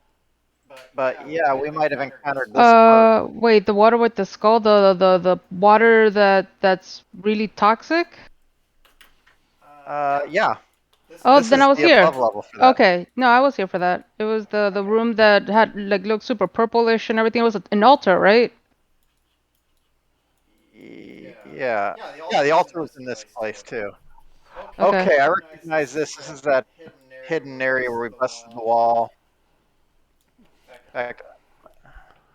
Okay, so yeah, you do see some flowing water over here, and Oreo, when you were poking over there, you think you saw some passages on the other side of the water.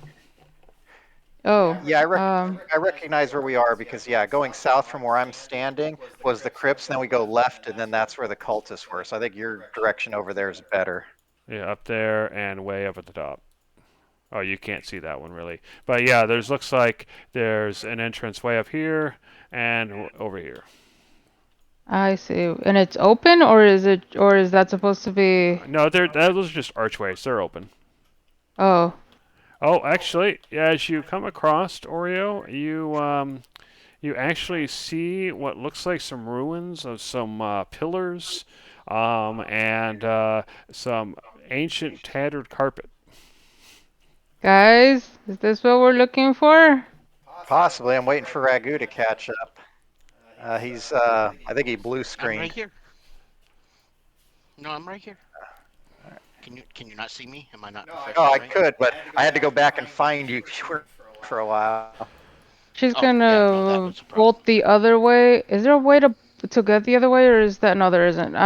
Is it just like a jump to make it across or something, or is the water too like shallow enough that I can walk across it? I don't know what the. You don't know how deep the water is. It's definitely flowing pretty quickly.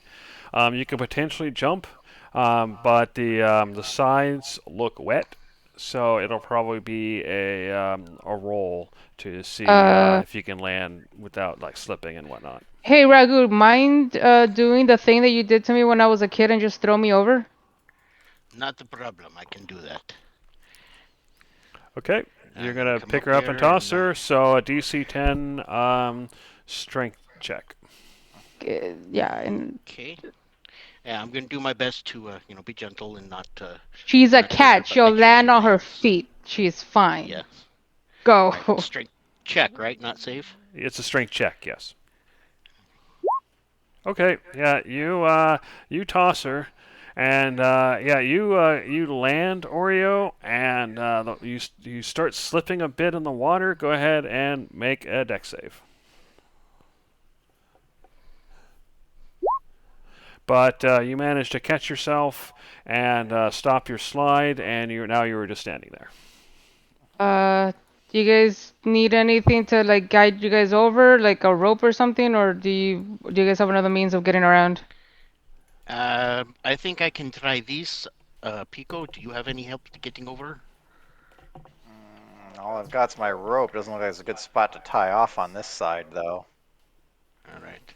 Well, if I come Um, right back here, I will have a more than 10-foot running start, which will give me at least my strengths on a jump, which is more than the 10-foot wide. Oh yeah, you can definitely make the jump. The only question is, since it's wet on the other side, whether you can land safely. So you'd make basically a dex save on the other end, but the jump distance is fine.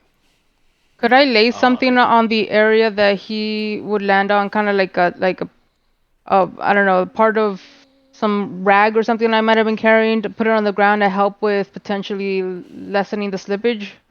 Sure. So yeah, you can go up there and yeah, clean it up and put a rag there. And ragu, that means you'd have advantage on your dex save.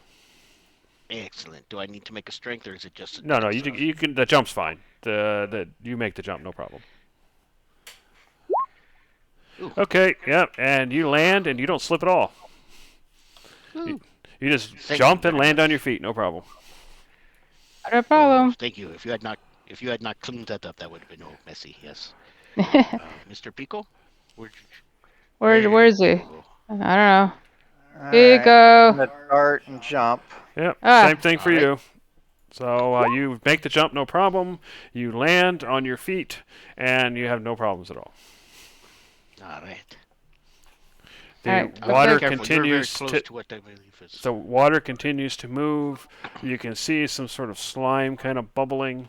And Oreo, you enter what a dimly lit room that you can see what looks like polished, what once were polished pillars, some torn up carpet.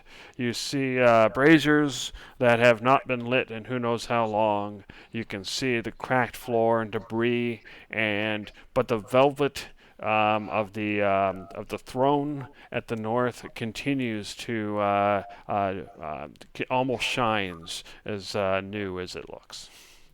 Before the guys step in, she would kind of turn around, give them like the psh kind of gesture, just because she wants to be super like just be super cautious. And she will stealth in, but on top of that, she wants to guard in the sense of just trying to see if she spots anything out of sorts. All right. Okay, go ahead and So give me a perception check. let me first stealth because I did say I was going to do that Okay, first. fair enough. Um, Okay. and then perception, which is I'm using my guarding skill. So Fair enough. So yeah, you're looking around and you see several piles of debris. You can see massive cracks in the ground right in front of you. Looking up, you can see that there are similar cracks in the ceiling, and it looks like there's a couple of stones in the ceiling that looks like they've shifted. Like there's stones in the ceiling where some of them have kind of almost look like they're lower than the other ones. And you can see other cracks, you can see two passageways, you can see wooden debris, and it just happened for a second, but you thought you saw a shadow on the throne, but then you looked again and it's not there. I turn to Pico and I just mouth. There's no sound, but you can obviously read lips. Keep an eye out. Maybe something suspicious, not sure. And she'll continue walking in, but you guys can obviously do your thing. She's gonna just Okay. keep guarding. So once you get to about here, you hear a loud crack in the ceiling from up Oh, above. What do you do? I will get out of whatever direction the sound is coming from, so dart away. Okay, so you dart. Go ahead and give me a dex save. Ragu, did you throw one of your fire cylinders in here? So you notice that I most certainly did not. Oreo cautiously walks in, but then you hear a crack from above, and almost like it was intentional. You see the ceiling collapse where she was as she quickly dodges out of the way. Can I look up in the ceiling and just see what it looks like now? Is You it can see that there's like a kind of like a hole that's like one big chunk. It looks like fell out, and then above the hole you see stone. Can you put can I see where the other areas look like there was a similar loosely fitted looking rock kind of situation You in the can ceiling? basically where these crack The patterns cracks are. on the ground? Yeah, yeah. So she'll silently again just point you guys to those cracks on the floor. Again, not saying a word, just to just give you guys a heads up. All right. Quietly to Ragu, well, mentally to Ragu, I guess. This passage, do you see any evidence of a doorway, like something that could close right here? I can try I will and go ahead help and you check. look. Yeah, I will check both sides here and here using tinkering and artificer lore. Any like mechanical sliding door, trap, shutting Okay. doors, Go ahead and give flooding me down. an artificer's lore then. And I'm gonna help him look, and I'm gonna go ahead and give him some expert guidance. Okay. Allow me to offer my expert guidance. Okay. You are convinced that that there is some sort of door here, or at least there was. And as you're looking around, you're not sure what tips you off, but you feel like you feel like a door can appear there, even though you don't see any door. Mentally to Oreo, we might want to leave for the moment. It looks like there may be the possibility of a door here, and we might want to be ready for that. I'm gonna Not. rack my brain to see if I can find a way to stop, block, or jam the door open. Okay. While you're doing that, what are you doing, Oreo? No, she just nods back. She was gonna start heading back. I don't know if Yeah, you probably don't want to be in the room just in So case. once you get to about here, Oreo, one of the partially broken pillars suddenly and rapidly starts falling in your direction. Go ahead and give me a dex save. So as you go to dive out of the way, this pillar lands on one of your legs, doing 8 points of damage as you hear the bone crack. One of your legs I is run now out and underneath grab the her. pillar. I run out and grab her. I go out and get the pillar off her, whatever. Okay, go ahead and give me a strength check. Okay, you go to lift the pillar and you're just not strong enough. I'll try and help him. Okay, go ahead and roll and we'll add to it. Okay. There we go. Wow. Even with Pico's help, the pillar isn't budging. Can I try and push it off myself? I don't know. Okay, you turn around and you grit through the pain and try to push the pillar. Go ahead and roll. I'll be right back.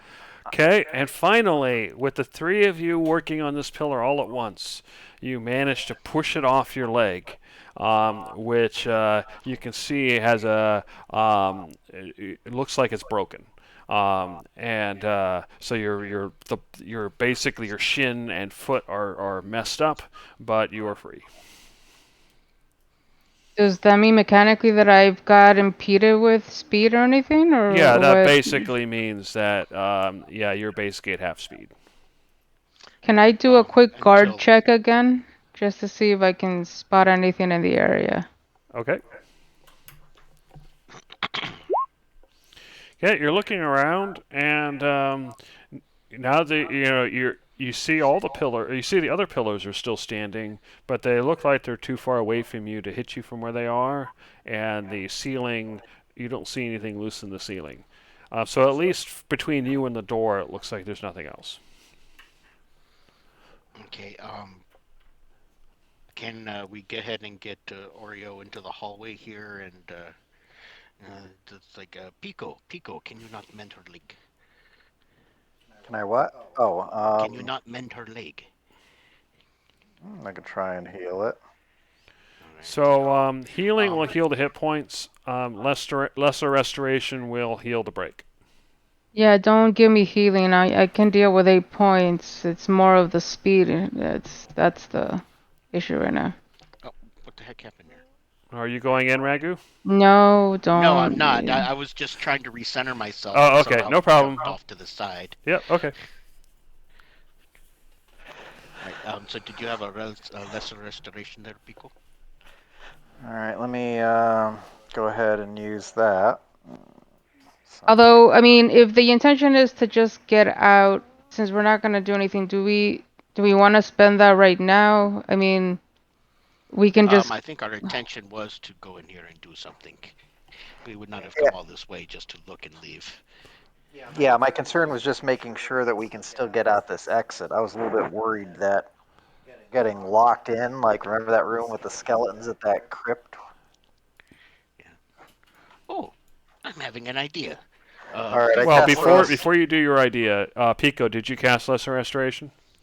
Yes. Okay, so Oreo, your leg is now mended, though your hit points are still missing. Okay, go ahead, Yeah. Ragu. Do either you or Oreo remember, like maybe like a suit of medium armor? It can be crappy and shit, but is there anything like that down here? Like something humanoid shaped, like. I don't with remember some that. weight I to it. think everything we dealt with was cultists, and they didn't see fit to wear armor. Okay, maybe a statue. Do you remember if there was anything down here, Oreos? I don't know personally. Like, out of character, I have zero memory of it, to be honest. So. I don't think you guys have really seen any statues. All right, can I come to like here and make the jump across? You want me to make some rolls? No, the other side wasn't as wet, so you just jump across. Okay. I could have sworn there was something somewhere. Let me just really be quick. Well, I think random bricks and stuff would be better for this purpose. No, I don't think random bricks would work as well. Okay, so you're not trying to prop the door then? Oh, no, we gotta come back and prob the door, but I am worried about all the things falling on Oreo. I was going to create an unseen servant, put it in armor so it has some physical mass, and make it run around and topple all the traps. So they're not going to fall on us. I'm not sure that's what's going on in there, but you can try it. Yeah, that's the thing too. Like, I mean, sure. I mean, if in the time that he's like helping me get my leg back together, you got that time to dig something up, but I Ori doesn't genuinely think that's what's going on either. Okay. Well, I couldn't find anything anyway, so now we can go back to trying to make sure the door stays pried open. Yeah, I mean, the ceiling fall. I mean, like, okay, we've definitely had our issues of falling obstacles, but, Oreo's not exactly, she's a far cry from a bull in a china shop. I'm not convinced that those are coincidental. Yeah, they're triggered, and I was just going to set off the triggers. Well, I don't even know if it's so much that. Like, Jeremy, when I was That's what doing the he's saying. guarding, oh right, because Oreo didn't actually tell you directly there, Ragu, but she would then, in the time that that's happened, she'd probably whisper to you that probably saw something like a shadow for a second by the throne area, but it disappeared before she could see anything more definitively. So she's under the suspicion that there is something in there. We just can't see it. But Jeremy, when I was guarding specifically the second one up here, there was no sign of, There even with was that no roll, of sign, no. anything. Yeah, Okay. it looked fine. Yeah. I mean, it looked broken and ruined, but it didn't have any indication it was going to fall. Ragu, I don't have it prepared. Can you cast detect magic? Sure. If you give me a few minutes, I can do it for free here. Yep. I'll ritual cast detect magic. Okay, you do so, and as you look in the room, you see that every pillar is glowing magical. You can see that every pile of debris is glowing with magic. The braziers are glowing with magic. The throne is glowing with magic, and various parts of the ceiling are glowing with magic, and the carpet's glowing with magic. It's dim, Alright. but it's there. I would like to pick up a rock or pebble off the ground here. And, like, for example, is this one of the areas that's glowing with magic? Yeah. I'd like to take the rock and I throw it right there. So you pick up the rock and you throw it, and it goes, but instead of hitting the ground right away, you notice it kind of hovers for a moment, and then it just gently falls to the ground. But nothing falls. Nothing falls. Okay. Yeah, this place is just like chock full of magical trappings.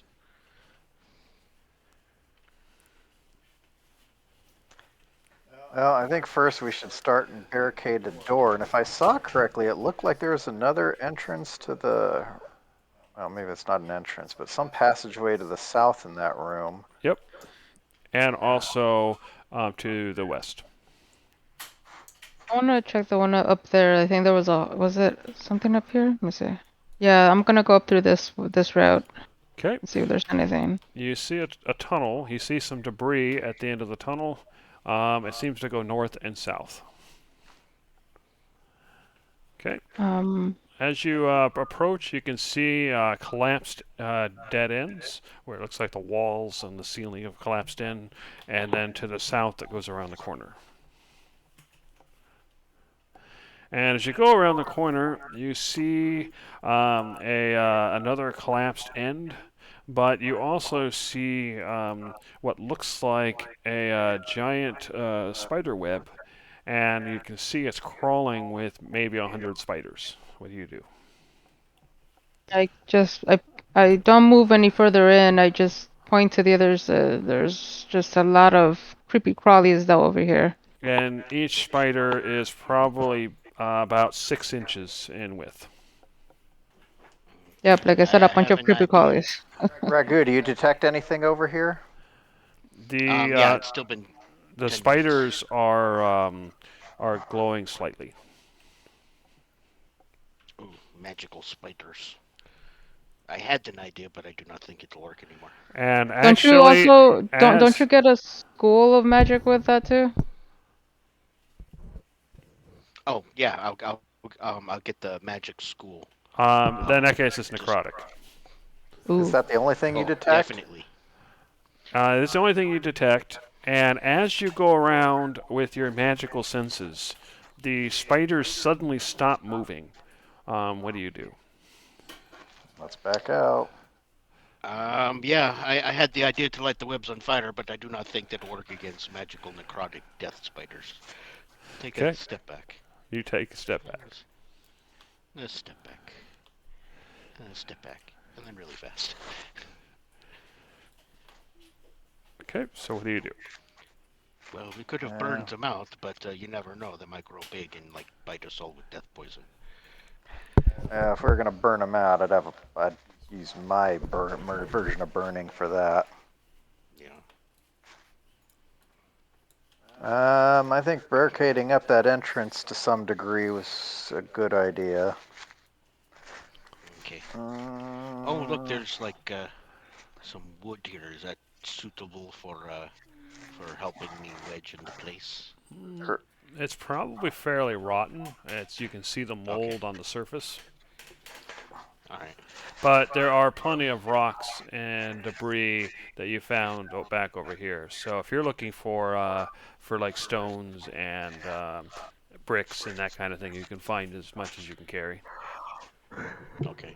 Is that You can't improvise the floating disc to be like a force field wall, could you? Believe it or not, a lot of people have tried to take Tetris floating disk and turn it on its side. However, I do believe we can do something. But first, let's get this door wedged. So is that going to be like a tinkerer roll or an artificer Well, there's no roll? door. You just think that a No. door can Right. appear for some Yep. reason. Yeah, and Can I'm assuming that's a mechanical type doors, something that's No, hidden right now you have is the going to slam feeling. down into You place. you have the feeling you were looking for a mechanical door, but you found evidence that a door could be there, and something in the back of your mind is telling you one can appear, but you don't think it's by mechanical means. can I use Dungeon Delver to see if there's any kind of trigger here, anything like that like hidden that? Yeah. Okay. Um, can I look around the sides of this door, like on this side and on this side? So At that's the a wall. 26. So yeah, Oreo, it looks like if there's some stones in front of the door that if you step on, and some stones on the other side of the door that look like they probably trigger things. Like in front of this side of the door, like Yeah, on this. both sides of the door. I pointed out to Pico and Ragu. You're not sure why it that didn't case- trigger when you went in there, but you're pretty sure you did step on the stones. In that case, yeah, Pico and I, we can grab some extra stones and put them in the appropriate places to, as per Oreo's showing us. Okay. But I think the point is for us to go in there, right? Like I'm still confused as to what's going on because like first it was get out of the room and now it's find a way to lock the room, but where the intention of Yeah, us it going was out here is to only- be in there. No, not lock was the only room. get Make out- sure a yeah. door can't slam shut on us. Yeah, it was only to make sure we don't get trapped in the room. It wasn't a permanent let's go. It was just you come out of the room until we make sure you're not trapped in there alone. That's the reason Oh, for that. okay. So if that's the case, then we back to plan A that we were in. Just start checking the room out. Actually, seeing what I've already seen magically, True. how big is Ragu? I mean, how tall? He's 7'6", obviously. But if he were to get down, like crouch, or would he have to go on hands and knees to be 3 foot tall? Like if he was crawling in a hole that was only 3 feet Yeah, tall, he's probably does he have to crawling. get Yeah, down on his hands and knees? Okay. probably. Yeah. I have an evil idea, and this might actually work. A ritual cast Tensor's floating disk. Okay. I get down crawling underneath my Tensor's floating disk.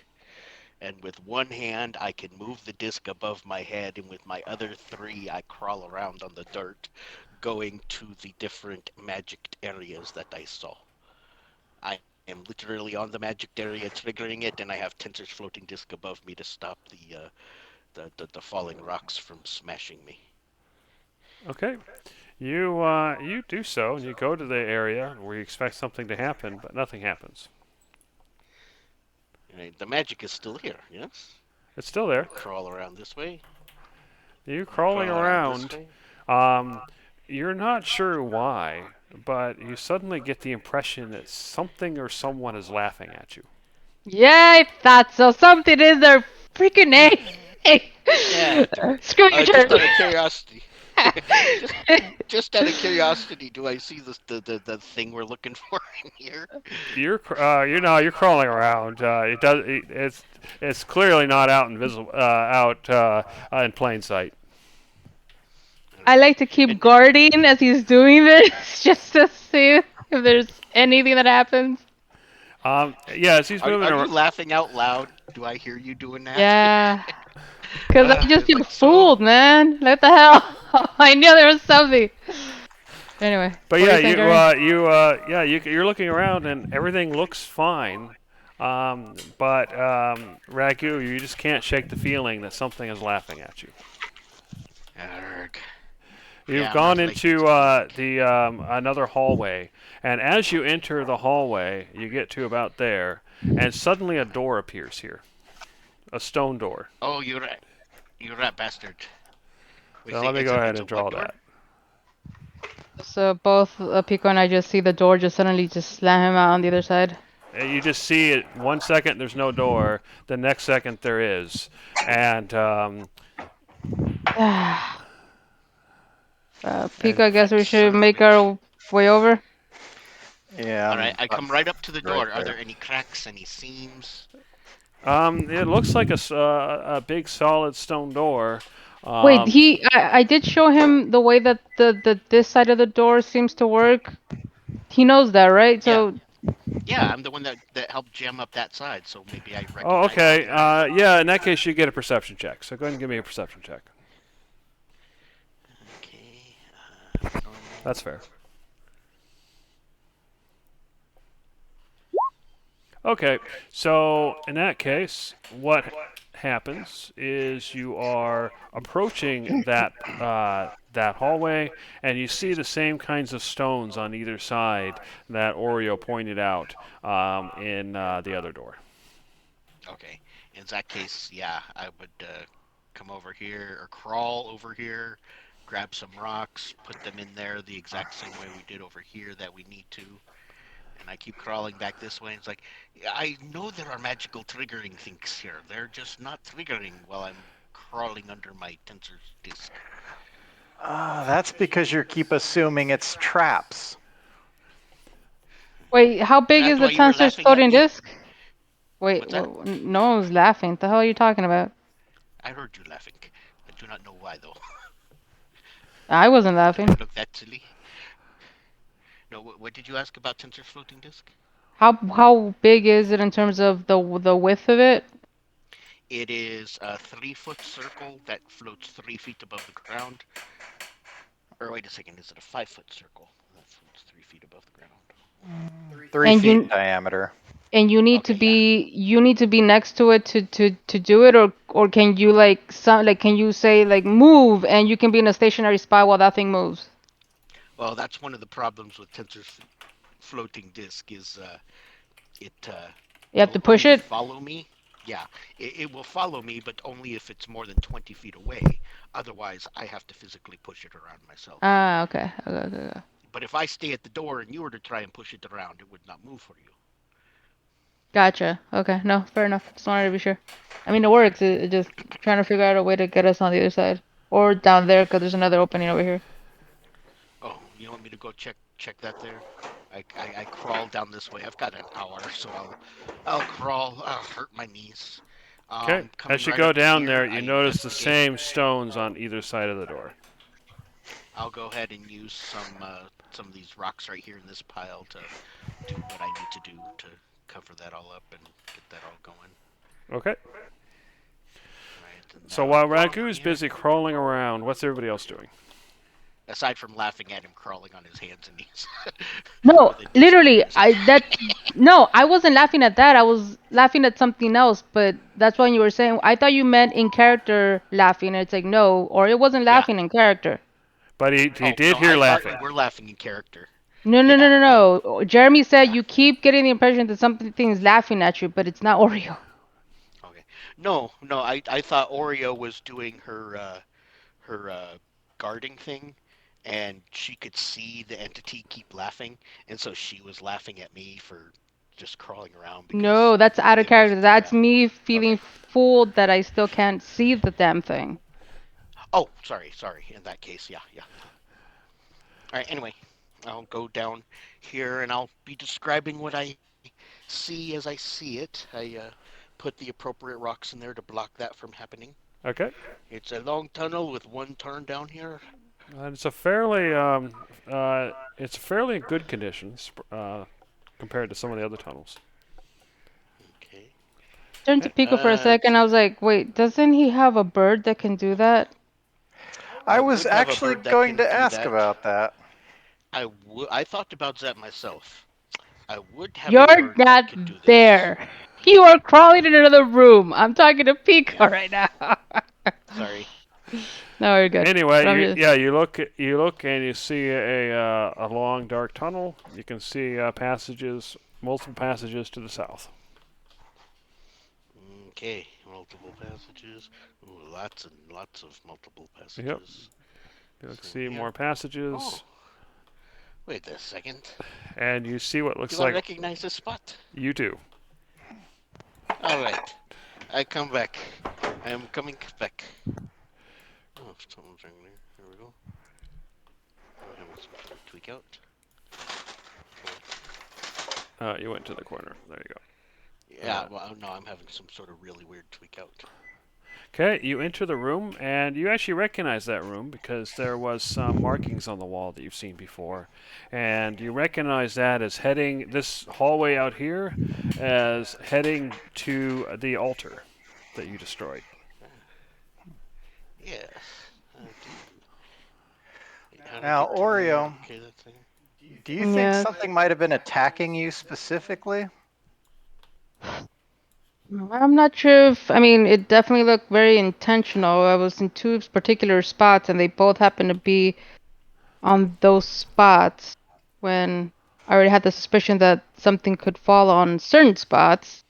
And I swear I could have seen something by that throne area, but Oh. I I have don't found know another what. way in. Do you remember the tube down to the next level where we fought those Where the cult base was? Yeah, the one where the guy cast the fireball on himself. It was all gross and squishy. Mm-hmm.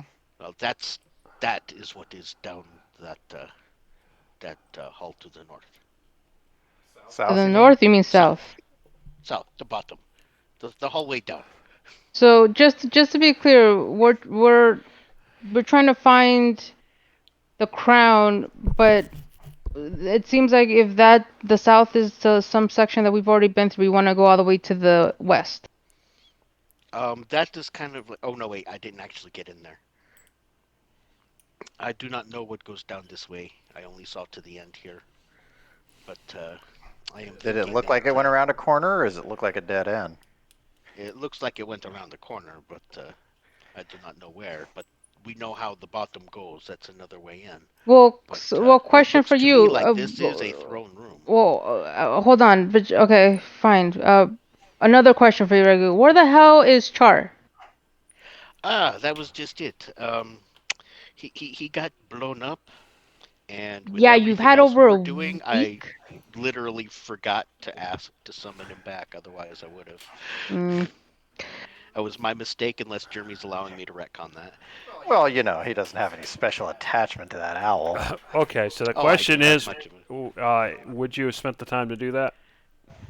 Yeah, it's only an hour. I probably would Oh, there you have go done then. it right away, but with everything else going on, I totally spaced out and forgot to ask. Well, Let me mark we'll off just say another that you one. did it. Mark off one of your owl supplies. Okay, magic incense 5. No, the dead rats you feed it.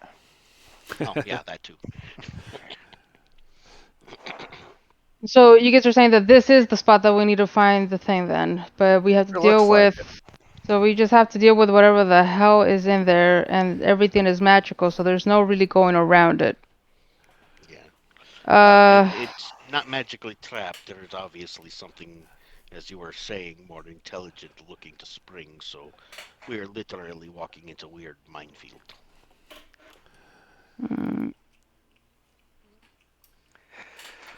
Do you guys? No one happens to carry flour with them, would they? Oh, I've got the next best thing. Chalk. Would you like some chalk powder? Yeah, go ahead and dirty up my paws with it.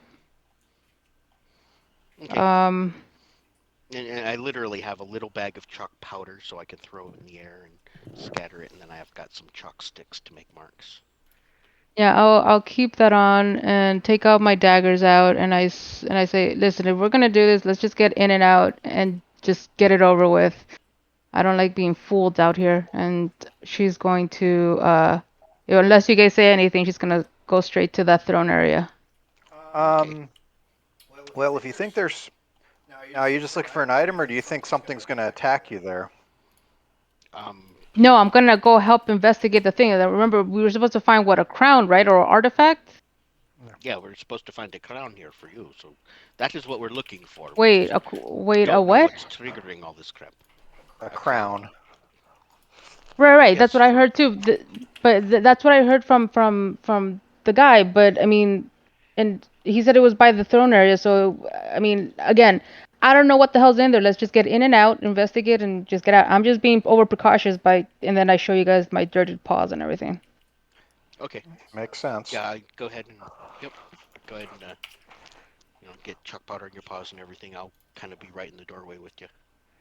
Yeah, I'm just gonna go straight up to the throne area and Okay. investigate All right, as you head straight up, with daggers out.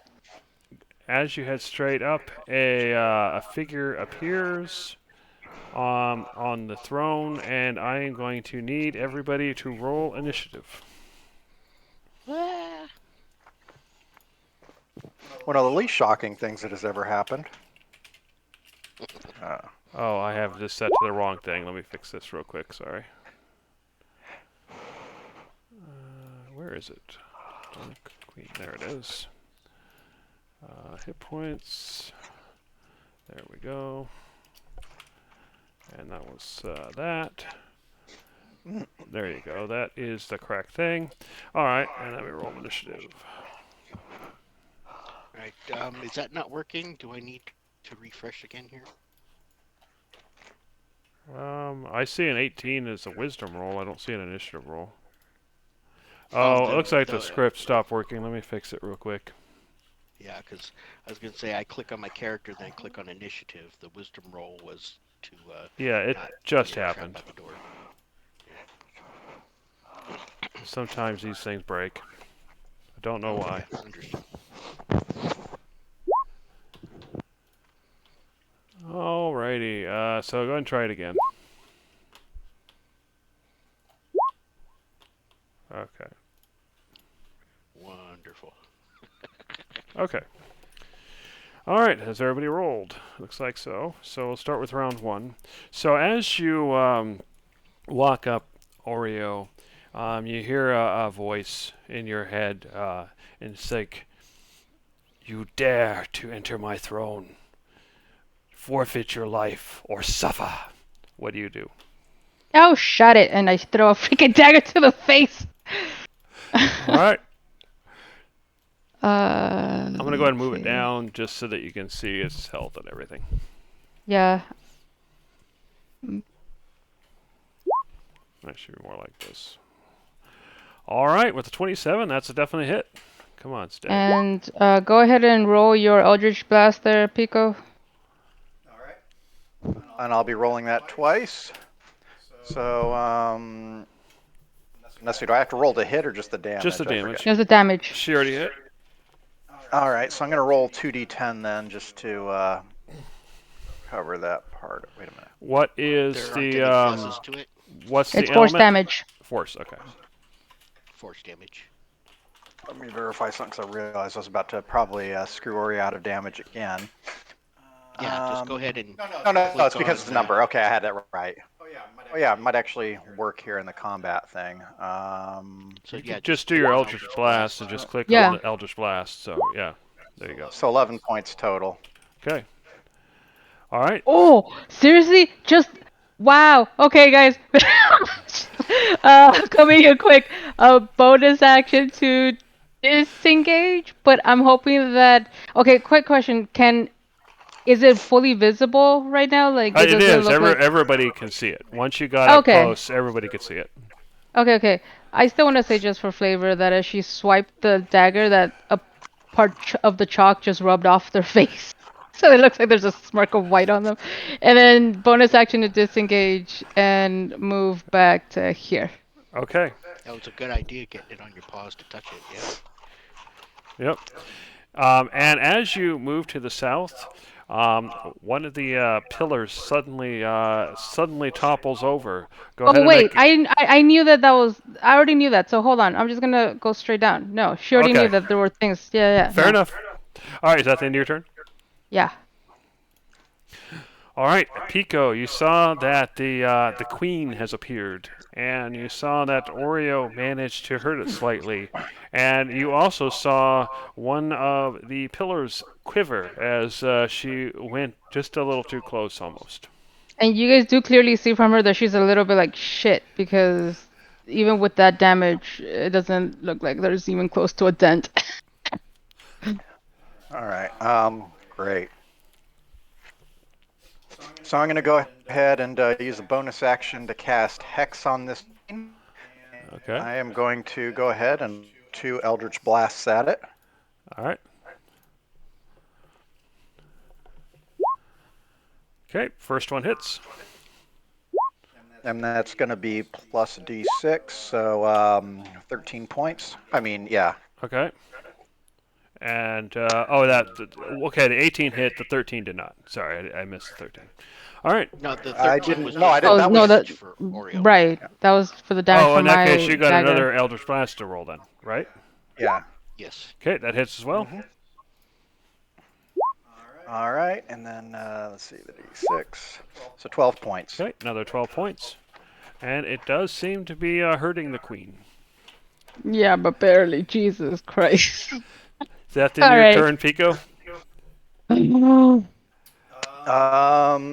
Yeah, I think so. Stay away from the pillars. All right. Except I'm the one about that to go fell. through 'em. Ragu, what are you going to do? I'm about to run right through the pillars as fast as I freaking can. 1, 2, 3, 4, 5. Okay, go ahead and make a deck save. Okay. I was expecting something.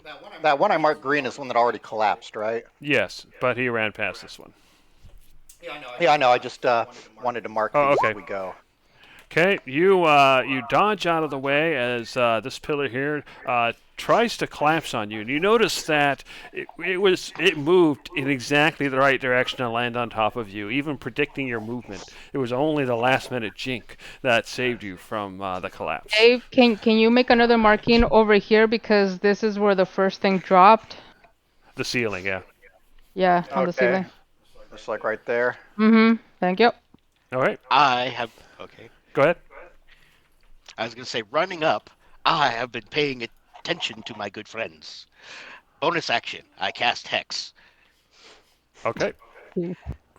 It's already okay. Fair enough. Char flies up past, giving me the help action. Go ahead and make Flying Char. down. Char makes a deck save. Oh God! You had to burn us. No, it's safe in here. Squish my bird. Okay, hold on a second. Let me figure out how this works. Char. You're so mean, Jeremy. You're gonna kill a bird. Holly debris. This is our The owl campaign's doesn't provoke Frumpkin. opportunity attacks, but this isn't an opportunity attack. It's Not exactly. This is a kind of a special case. Think of it more Okay. like environment layer actions. Yeah. Okay, part of the ceiling collapses God and damn it. smashes Char into the ground. oh, Poor Char. you bitch! Okay, now I'm You laughing. smushed Char. And that was where over Yeah. here? Probably around. Actually, it's probably around here.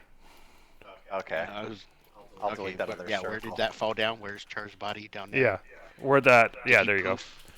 He poof, isn't it? He's a familiar. He doesn't. There's no body to pick up.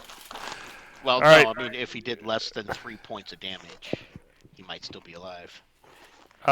Given the roll that, well, that's not. It is possible. Let me go ahead and see. Okay, he's gone. Oh yeah, he's definitely gone. So you do not have advantage, but you can still do your attack. All right, I'm going to attack. Okay, that hits. It's a hit for 11, All right. 15 points. All right. Second attack, That hits as well. 16. Oh, big hit. What are these extra 19 d6s for? points. I cast hex with my Oh, bonus action. okay, fair enough. Carry on. Okay, and that would be it, because, yeah, that was my bonus action already to cast hex this round. But Fair yeah, enough. 2 big hits. Yep, definitely And the I good stay hits. put. All right. So the Dark Queen. So a couple of things happen. The first thing is, Oreo, go ahead and make a dex save, but you have advantage because of your knowledge of the environment. You dodge out of the way as the rubble nearby suddenly launches itself towards you. And then, And from the background, screw you! and then the queen attempts to drain the life from Ragu. And with a 30, it succeeds. So you take 47 points of damage. Sorry, I didn't. That's really high. You take 47 points of damage, and you have to make a DC 14 Constitution saving throw. Hey, that's what I'm here for. Oh, jeez. Not pleasant, but I am alive, guys. I'm here to take the hits. All right, so let's see. Jeremy, is this 47, you said? DC 14. is this considered triggered, or Yeah. is that like just a random pile? Yeah, we can call it triggered. You make it, which means your maximum hit points is not reduced. And we are now on round 2. We'll go ahead and there you go. Oreo, you saw the pile of stones attempt to attack you.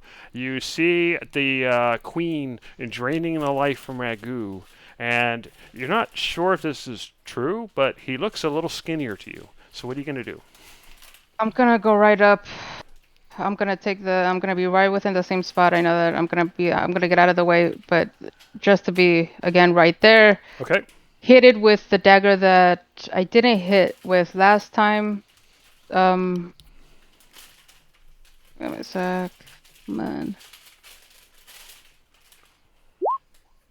That hits. So that plus, and Pico, can you go ahead and roll me 2 Eldritch Blaster?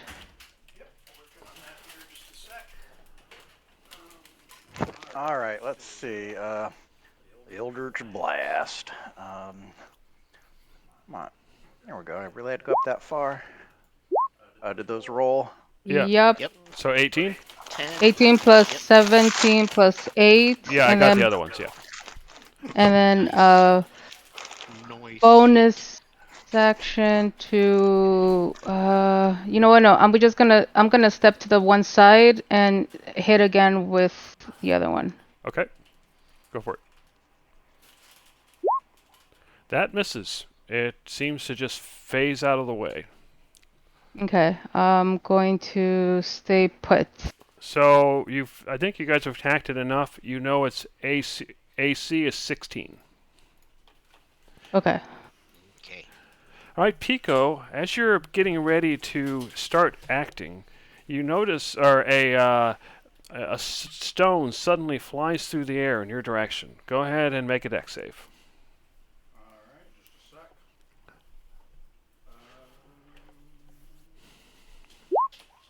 You dodge out of the way as a stone hits the wall behind you and explodes into hundreds of fragments. What are you going to do? Same thing I do every turn. Okay, hopefully not miss with Eldritch Blast. All right, they both miss. Is that the end of your turn? That'll do it. All right, Ragu, you heard the sound of stone shattering to the south. What are you going to do? You, in the most serious face possible, just deadlocked. You killed my port. Stand here flanking and attack hard. As you attack, you hear a voice in your head. Your bird was the lucky one. Jeez. You hit. Wait, you have advantage, right? You do have advantage because it's flanked. Yeah. So go Yes, ahead that's and what I roll meant to again. do. Your 23 hit, but just in case. There you go. Yeah. There we go. See? I will definitely take that hit. All right, go ahead and roll damage. 13 plus 8 plus 6. So what is that? 21, 24, or 23, I mean. Okay. First hit, 23. Big hit. Second hit, 17. That hits as well. 9 plus 5 is 14. All right, another 14, another good hit. And coming up with my new favorite toy. That hits as well. As you punch the spirit. So, I can Punching punch ghosts. ghosts. so what is that, 12? 12 points. Yes. Calling some Beauregard there. So you, Now you know how it feels when I was playing Arsinoe and I could punch my way through magic shit. It was the best thing ever. I am liking this. I have magical brass knuckles. I can punch ghosts. And when they piss me off, I love punching them. so My port. the Dark Queen looks around, and you notice that the pillar nearby, Ragu, it leans your direction very quickly, as if and it seems to kind of move forward so it can reach you. So go ahead and make a dex save. Okay. Not at advantage. It smashes into you, doing 14 points of damage as you find yourself prone on the ground underneath the pillar. And then the queen turns toward Oreo to drain her life.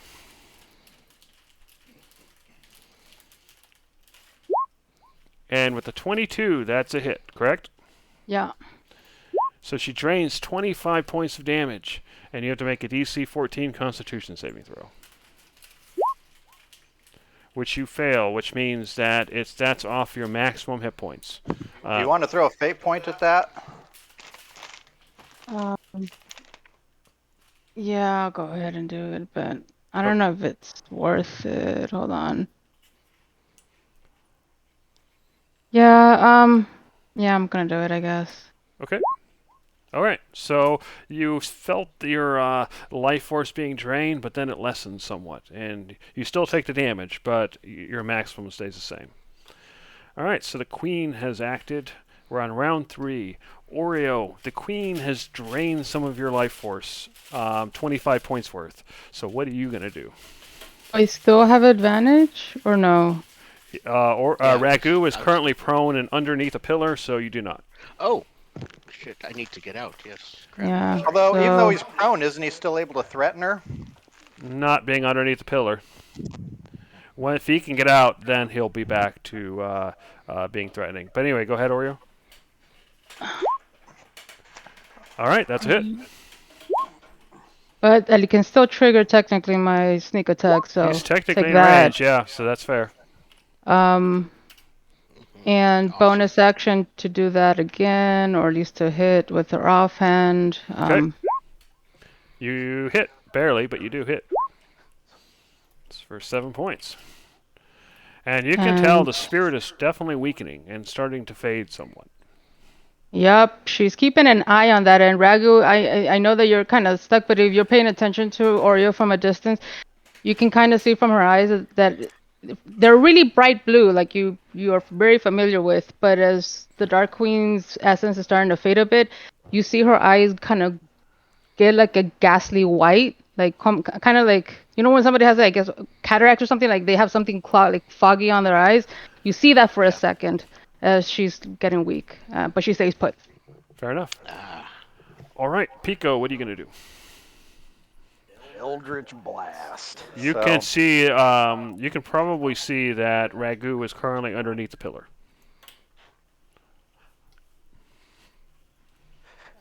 which is true, although.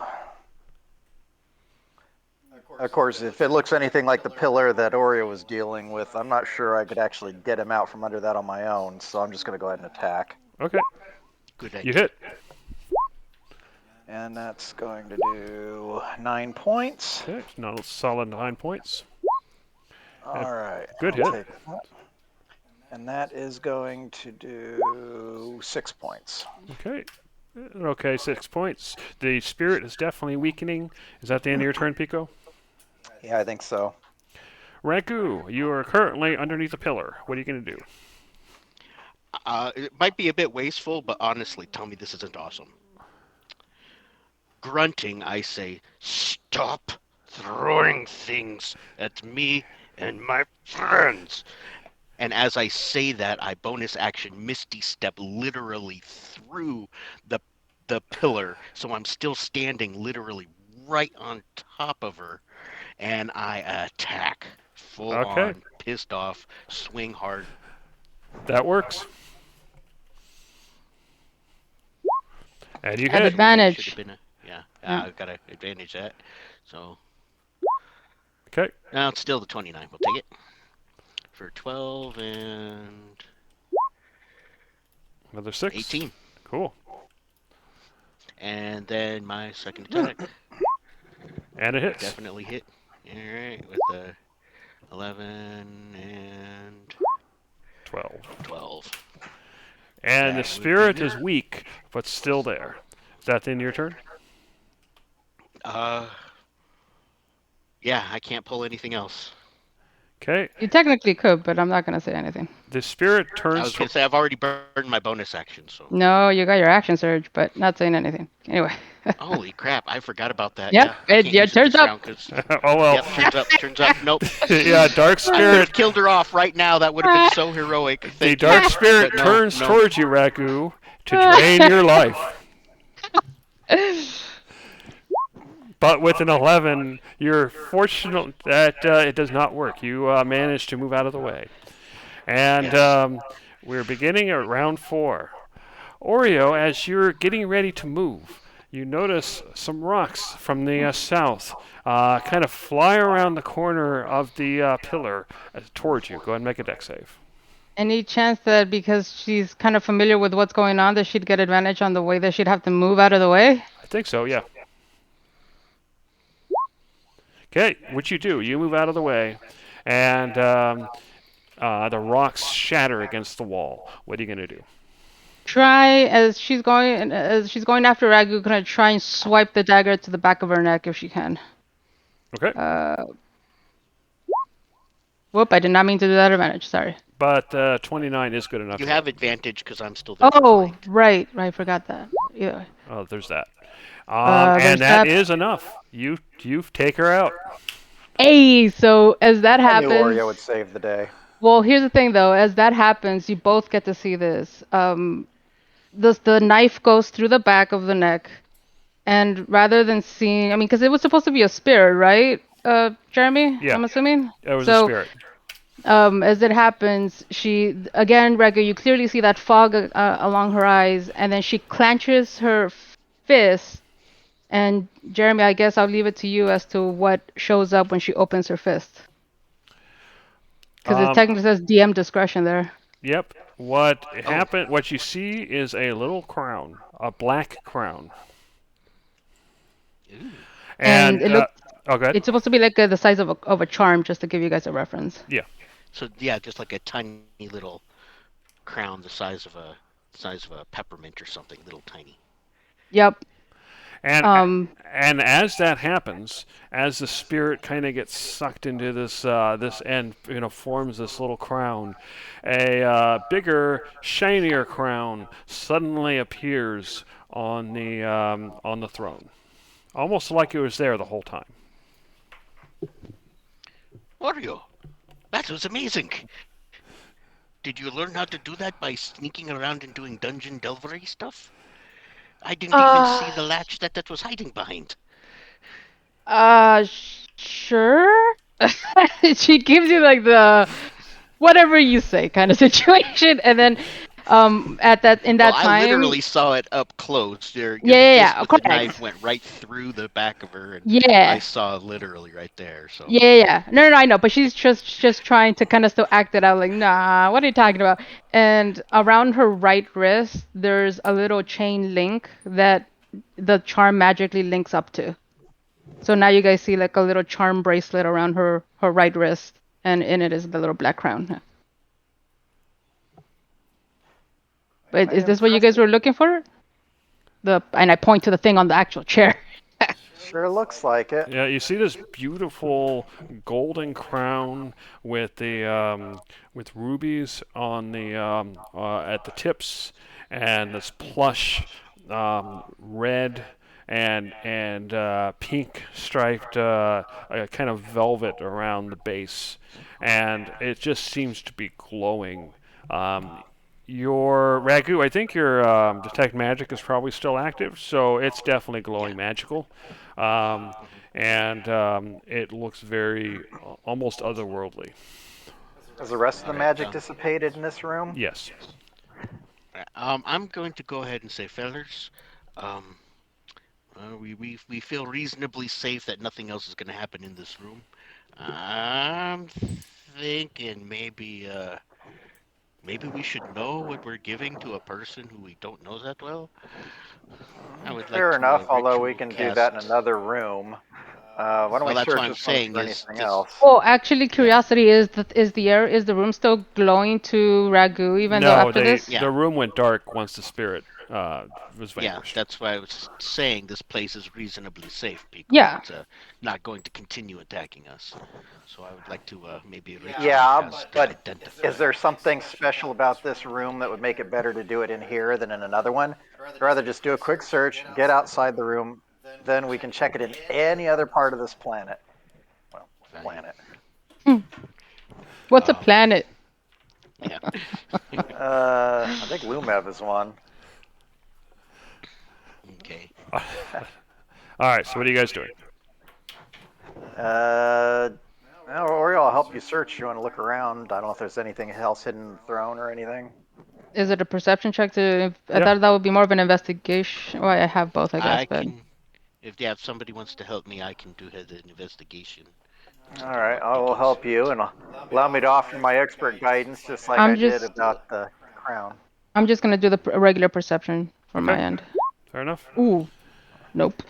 No. Once the spirit faded and your little crown showed up Yeah, on your she's arm, you're entertained by the just little token. She's you're like just that cat that's like hitting the little like ball of yarn on her Batting at it. wrist. Like, yeah, exactly. You're distracted right now. Yeah. You don't see anything.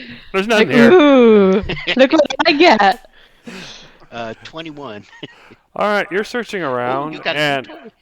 and don't find much. Although you do find underneath this pile a small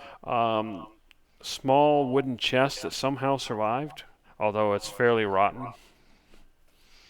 Okay, is it locked? Can I just open it? You can just open it. As you open it, it kind of falls apart, but inside you see three platinum-sized coins that look silver, but you don't recognize the emblem on there. There's some markings and an emblem, perhaps of some kingdom, but you don't recognize any of it. Okay. So 3 odd platinum coins. All right. Are they glowing magically or anything? No, Or they're just they just look like regular coins, although they're in decent shape, all things considered.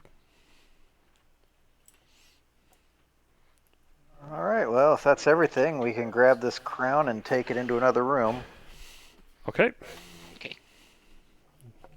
where do you go? Well, I guess we can just step right out here and just do that right out here near the water. Okay. I will go ahead and ritual cast identify. Okay, you cast Identify, and as you do so, you feel lightheaded. And the other two notice that Ragu is suddenly sitting on the ground. And then about a minute later, Ragu, you start looking around, and it takes you a moment to figure out where you are. Are you okay? You look like you just stared into a dodecahedron. Yeah. No. I. Identify might not necessarily tell me if this is cursed, but I'm hoping something will tell me It's something. magical. That's basically all you know. It's It's magical. There you go. not good. Ah, I'm not knowing what it is, but yeah, it's. wait a I second. But think I have a headache. you guys have done favors for this guy, right? So, I mean, what's the mistrust here? I don't know. Just just figured it would be checking because we're doing favors for him for our own purposes. So too greedy um, motives does not necessarily make for some you know virtuous ideals. It's just I do not want to be giving Yeah, but it's something that's almost ten kind thousand of like times you more guys. dangerous. Well, yeah, but you're judging without actually giving it, like giving him the shadow of a doubt here. Like, clearly, if he has motives Oh and he no, I hasn't am shown giving him the any. shadow. I am giving him the shadow of a doubt. I am giving him. We're still going to give him the crown. It's just I was curious as to what we would be putting in his hands. It's not like I'm backing out on the deal. I just wanted to know exactly what we were doing by giving this to him. I Mm. mean, if you give your toddler a toy gun, it's one thing. If you give your toddler a loaded real gun, that might be something else. Yeah, What are but you giving? we're not giving it to a toddler either, based off of what we just entered. So I think for now it's maybe better in his hands than maybe some of the people we've come across already. And unfortunately, Ragu, at this point in time, you're still no closer to figuring out what it does. Yeah, I mean, no artificer's lore for any historical checks of something I might have read or written. You can do a history check. Okay, history. That wouldn't be. Is this not artificer's lore because this is an artifact? Well, Can I help him with the history check? you're reasonably certain that you haven't come across anything about this. That this would be kind of Okay. more in the deep history. All right. So I think it's just a flat history check. But yeah, Oreo can help Okay. if she has history. Yeah, I have history. Awesome. Awesome. Okay. All right. So what you remember is that there was an ancient kingdom here about 900 years ago, and it was actually the kingdom of Galatuk. And the kingdom was traditionally ruled by a lineage of queens who took on the same name as the kingdom as part of the tradition. They basically abandoned whatever their birth name was and became Queen Galatuk. And that the queen had there was this artifact that was passed down through the generations, and for some reason, that artifact somehow gave gave them an uncanny ability in diplomatic and negotiations, and it seemed like when people came to them with ulterior motives, it somehow gave them an uncanny ability to see through their lies and their deceptions. And it also seemed somehow like their actions were guided, perhaps by a greater power, perhaps by the crown itself. Nobody knows. Okay. And Alrighty. I share unfortunately, this that's all you know. information. Okay. I go ahead and share this information and say, yeah, I still might need something to eat to recover here, but if we can go ahead and get this to the guy, you can get your thing, Pico. Yep, let's go ahead and get that out of the way. Okay, so you're Do we want to rest here to at least roll some hit dice? I mean, now that we're at level 9, we can use quite a number of them, but like considering we don't have any other healing resources right now, do we want to do that now or do we want to hold off? I don't see a whole lot of problems just getting out of here. So if you want, we can probably hold off and be able to. Who knows what we'll be doing before we get our next longer rest. I know we just took one. Well, just bear in mind, later tonight, we've got a whatever competition is ahead, and we have no idea what that's about. All right, hold on. Yes. In that case, yeah. Let's see. Perhaps. Okay, Pico can. so here's what I'm gonna do. I'm gonna go ahead and cast Cure Wounds at level 2 on Oreo.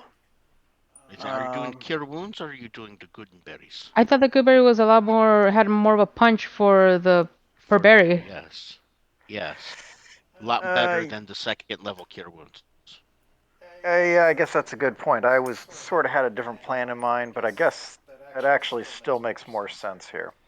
So, all right. So I'll go ahead and as much as you can let's go with the discounts first, and then we'll go with the full price ones.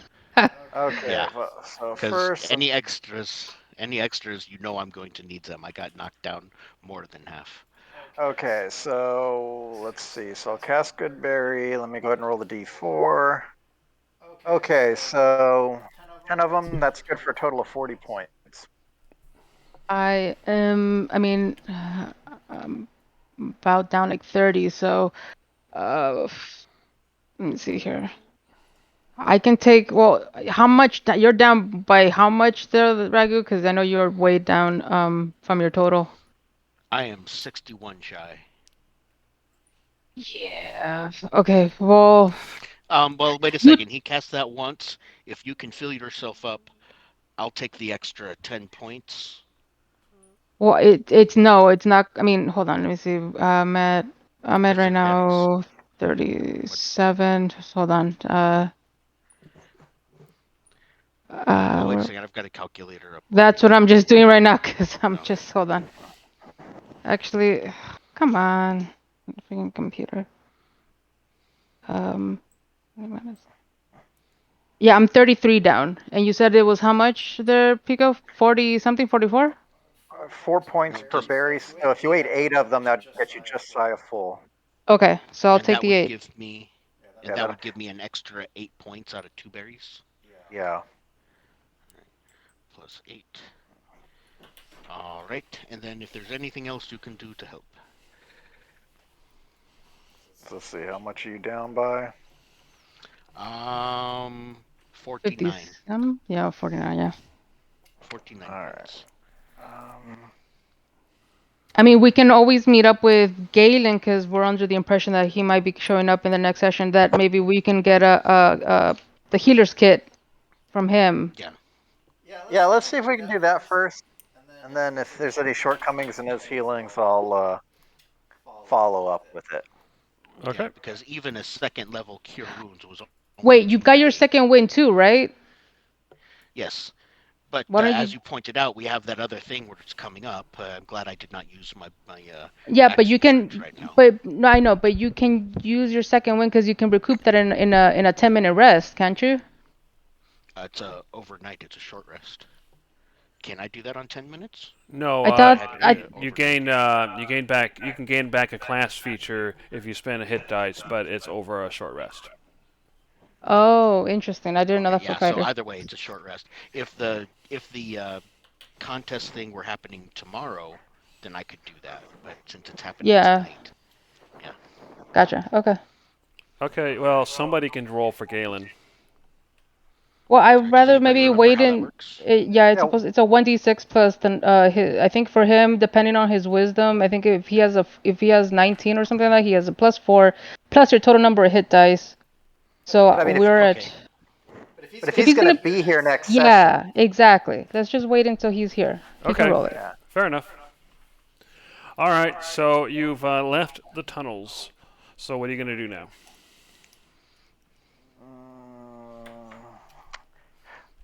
Let's see. Deliver this and I guess I should get my lantern fixed, and I guess one thing is I still got that ruby necklace and that hot glowy thing in the lantern. I've never gotten figured out.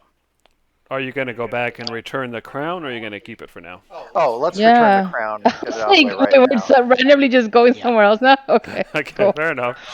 All right, so yeah, you return to the Dell estate, and you get let in. We won't necessarily go through all the rigmarole, but anyway, you get let in, and he's sitting behind the desk, and he looks up and he says, "On time once again. I see that the queen was no problems for you." And Oreo just jangles the little neck thing on her wrist, like, yeah, no, no, not that bad. Good, good. Perhaps she'll be less angry with you. All right. Well, I go ahead and step up and place the crown on his desk. He takes it, and he says, "Very good. My my plans are shaping up well, and it is a thanks in many ways to you. So come back in the morning, and your request shall be granted." Thank you very much. No, thank you. Can I do an insight check on that? Jeez, what the Yeah, hell? this guy is really mysterious. That's why I Hold was on. wondering what we were giving him. I'm just gonna do a quick insight check. Yeah, Can go I, ahead. Jeremy? Yeah, go ahead. Yeah. Okay, you do an insight check, and he is very calm. His demeanor is very relaxed, and he seems to be genuinely happy. But that's all you were able to get. Okay. Jeez, all right. Yeah, he's a creepy guy. And the See butler why I shows was up. curious about his motives. This way, please. It's like making a deal with the Joker. Pleasure's always, sir. Go ahead. Of course. See you in the morning. Okay, and then you get let back out, so I will take you to the map. All right, so you have finished with that, and is actually before we quit for the evening. Is there anything else you wanted to do? Otherwise, we'll go ahead and call it an end and wait for everybody else to come back. I will go get a small drink, nurse my headache a little bit, go back to my room, sit down cross-legged on the floor, and yet again take out the incense and brazier and start recasting Char. Okay, fair enough. And then I will go to bed. Oh my god. Gonna have to get Before some you, more of this incense. before you go to sleep, I forget, was Gimbal proficient at getting items identified? Yes. But he takes a week just like everybody else for Lumev artifacts, and that stone is a Lumev artifact, so it might take a while. But we have two of them, so we can definitely go to him and say, hey, can you identify this? And then you can get it back after a week. It's a good deal, not a big problem. I can go with you if you want to do that. I'm sure he wouldn't mind seeing you as usual. Okay. Okay, so If we're going to sleep tonight for tomorrow, then I can use my. No, this thing is happening before we go to sleep. I think you're taking a Oh, nap okay. now. Isn't that what it sounded like you're doing? Because that's, I Oh, mean, we're still in the no. Yeah. day. Okay, I thought we were going back to bed for some no, stupid no. reason. No. I'm just Yeah, I'm asking just if you gonna. do anything else before we end the session. But I'm Yeah. assuming the Walpurgin is going to happen next session. Right. Yeah. No, Okay. Oreo's probably just Then yeah, I was just. Oreo's just gonna be like, she can see that everybody, well, the exception of freaking Pico, is really beating up, and she's gonna invite everyone to rounds of drinks at the end that they're at. Okay. Definitely works for me. Are you Yeah. doing So that before we'll we go go to ahead. Gimbals or after? It could be after. I mean, we're doing it in the dead time that we've got until we Right. get everybody together. So. Okay, so we'll do the Gimbal thing real quick first. So you go to Gimbals. What do you do? So, Gimbal, my friend, how are you doing this day? I'm good. He looks at you. Did you get into a fight? Oh, do not worry. It's always to to protect and to serve. I keep your business here safe. And why is your skin Yeah. gray right here? Oh, that actually, can you see that? If I've got my liquid metal skin armor, then I just look solidly silvery like a metal statue. No, no, no. He's Mm. not. He's not talking about that. He's talking like one of your arms or something, where the spirit drained your life. Your Oh, skin is gray. did the shiny metal turn gray right there where she tried to drain my life? Yeah. Oh, yeah. Ghosts and spirits and I Hold on a punch second. ghosts now. Thank you. Out of character, is that something that like is permanently out until you do something about it? No. It once you're healed up, it'll go away. Oh, That's thank all. God. Okay, good, good, good. Okay, never yeah, mind. he Keep made going. the save. Yeah, it's just the molten broad skin is literally like a liquid skin on my body, so it covers everything from fingernails Anyway. to lips and nose.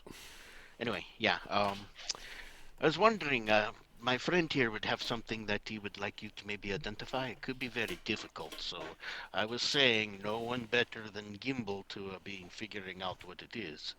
And I was also wondering if you might have, yeah, few more cans of that wonderful incense. Yeah, of course.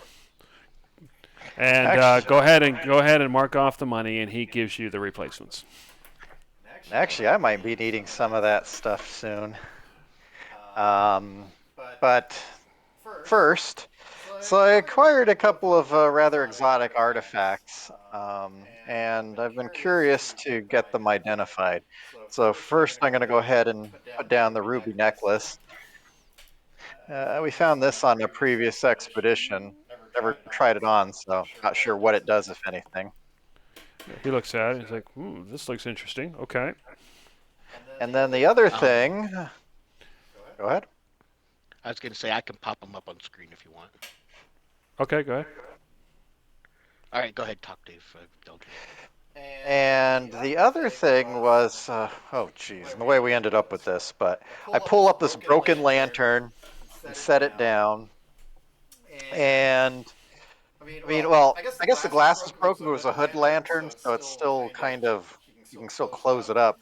So I go ahead and open it up, and it's like, and there's the bright, warm, glowing orb in there. And it's like, we also found this on that same expedition. It perpetually casts light. It's quite warm. So I found that it was a good candidate to haul around in a in this lantern. It was in better shape before. But I was wondering what this does as well. Yeah, he looks at it as well and says, "All right, well, I can't give you any answers. I don't recognize these either, but I can definitely take a look. Why don't you come back in about a week, and hopefully I'll have answers for you." I Actually, can do that. and she hears all of this and she's rummaging her to do her things as well. Like now that we're here, actually, would you mind checking these out too? And she pulls out a pouch that she found from the military district she pulls out a white sphere that's glowing. Okay. Oh, yeah, Um, just like Pico's. is that the same You and one? Pico each, yeah, you and Pico each found one. Yours is wrapped up in a leather bag that I gave you. He put his in a lantern, but you two found almost exactly similar objects. So but it's not between the things that he's having him check right now, right? So can Yeah, I it is. put? Oh, it is. Then Yeah. then. What about this Yeah, other that one that I've got that it's called the Malachite crystal rod? I found it again in Lumiv, but there was no context around it, and I've been carrying around this entire time, so wasn't sure if it was anything. Okay, he takes that. He's like, well, this one looks very interesting. Okay, all right, come back in a week, and I will let you know what I've been able to figure out. Okay. And that thing is pretty warm. I'll leave the lantern here for you for ease of carrying. Sounds like a good idea. If you leave five silvers behind, I can have someone fix it for you. Oh, that sounds good. I will go ahead and do that. All right, go ahead. 1, 2. Oh, Just kidding. jeez. Put the 5 across. All right, he takes it. Oh, very good. It'll be interesting to see if I can figure anything out here. All right. Is there anything else you needed? I think that's it for the time being. Okay. All right. So yeah, as you guys leave Gimbals, and I'm assuming you're gonna go back and have Oreo's drinks. Except I'll go ahead and pay for those. Oh, well, I mean, Hey, you guys took a lot of hits on my behalf. no, but she did say she was inviting, so technically, I mean, it's up to you, but I probably do a challenge of sleight of hand rolls to see who actually manages to pay. Yeah, I was gonna say, Yeah, Oreo I'll buys take us our that first challenge. round. Oreo buys us our first round. Pico buys us our second, and you two argue over which of you buys us the third. Well, I'm not trying to get us drunk here. I'm just trying to buy a round. So, I know, that's why I said you buy us one round, Pico buys us a round, and you know what? I'll stop there. That shouldn't be enough to get anybody drunk. I'm a big Although I fan. got to admit, the way both of you laid into that Dark Queen, I was impressed. Yeah, it's pretty nifty. You've been teaching me some tricks, eh? That good old hex thing there, eh? The 1-2 punching. that was Speaking of, I pretty wanted to show you intense. that What the earlier. hell? Yeah, Wait, I wanted to show can you you that guys, earlier. is Hex a cantrip for you guys, or is that a spell? It's a It is a spell. spell, God damn it. but I can Ah! interestingly do it once per week without using a spell slot. He Oh. can't, but he gets spell slots back every day. Oh, speaking of Oreo, I wanted to show you my new trick earlier, and it just like I got totally whiffed by. As you're saying that, Without the she dagger. well, she was gonna, okay, go ahead. Oh no, go ahead. As I'm saying that, she. Well, no, because I was gonna say, I thought you were gonna just show me something, and then Oreo was gonna take out the daggers to show it to Pico to be like, can you refill it, please? That. All right, I ask you Oh, to take sure. out one of your daggers, and I cast, my fingers wiggling, Eldritch Blast into one of your daggers. Okay, cool. So I can ask both of you then for it. Cool.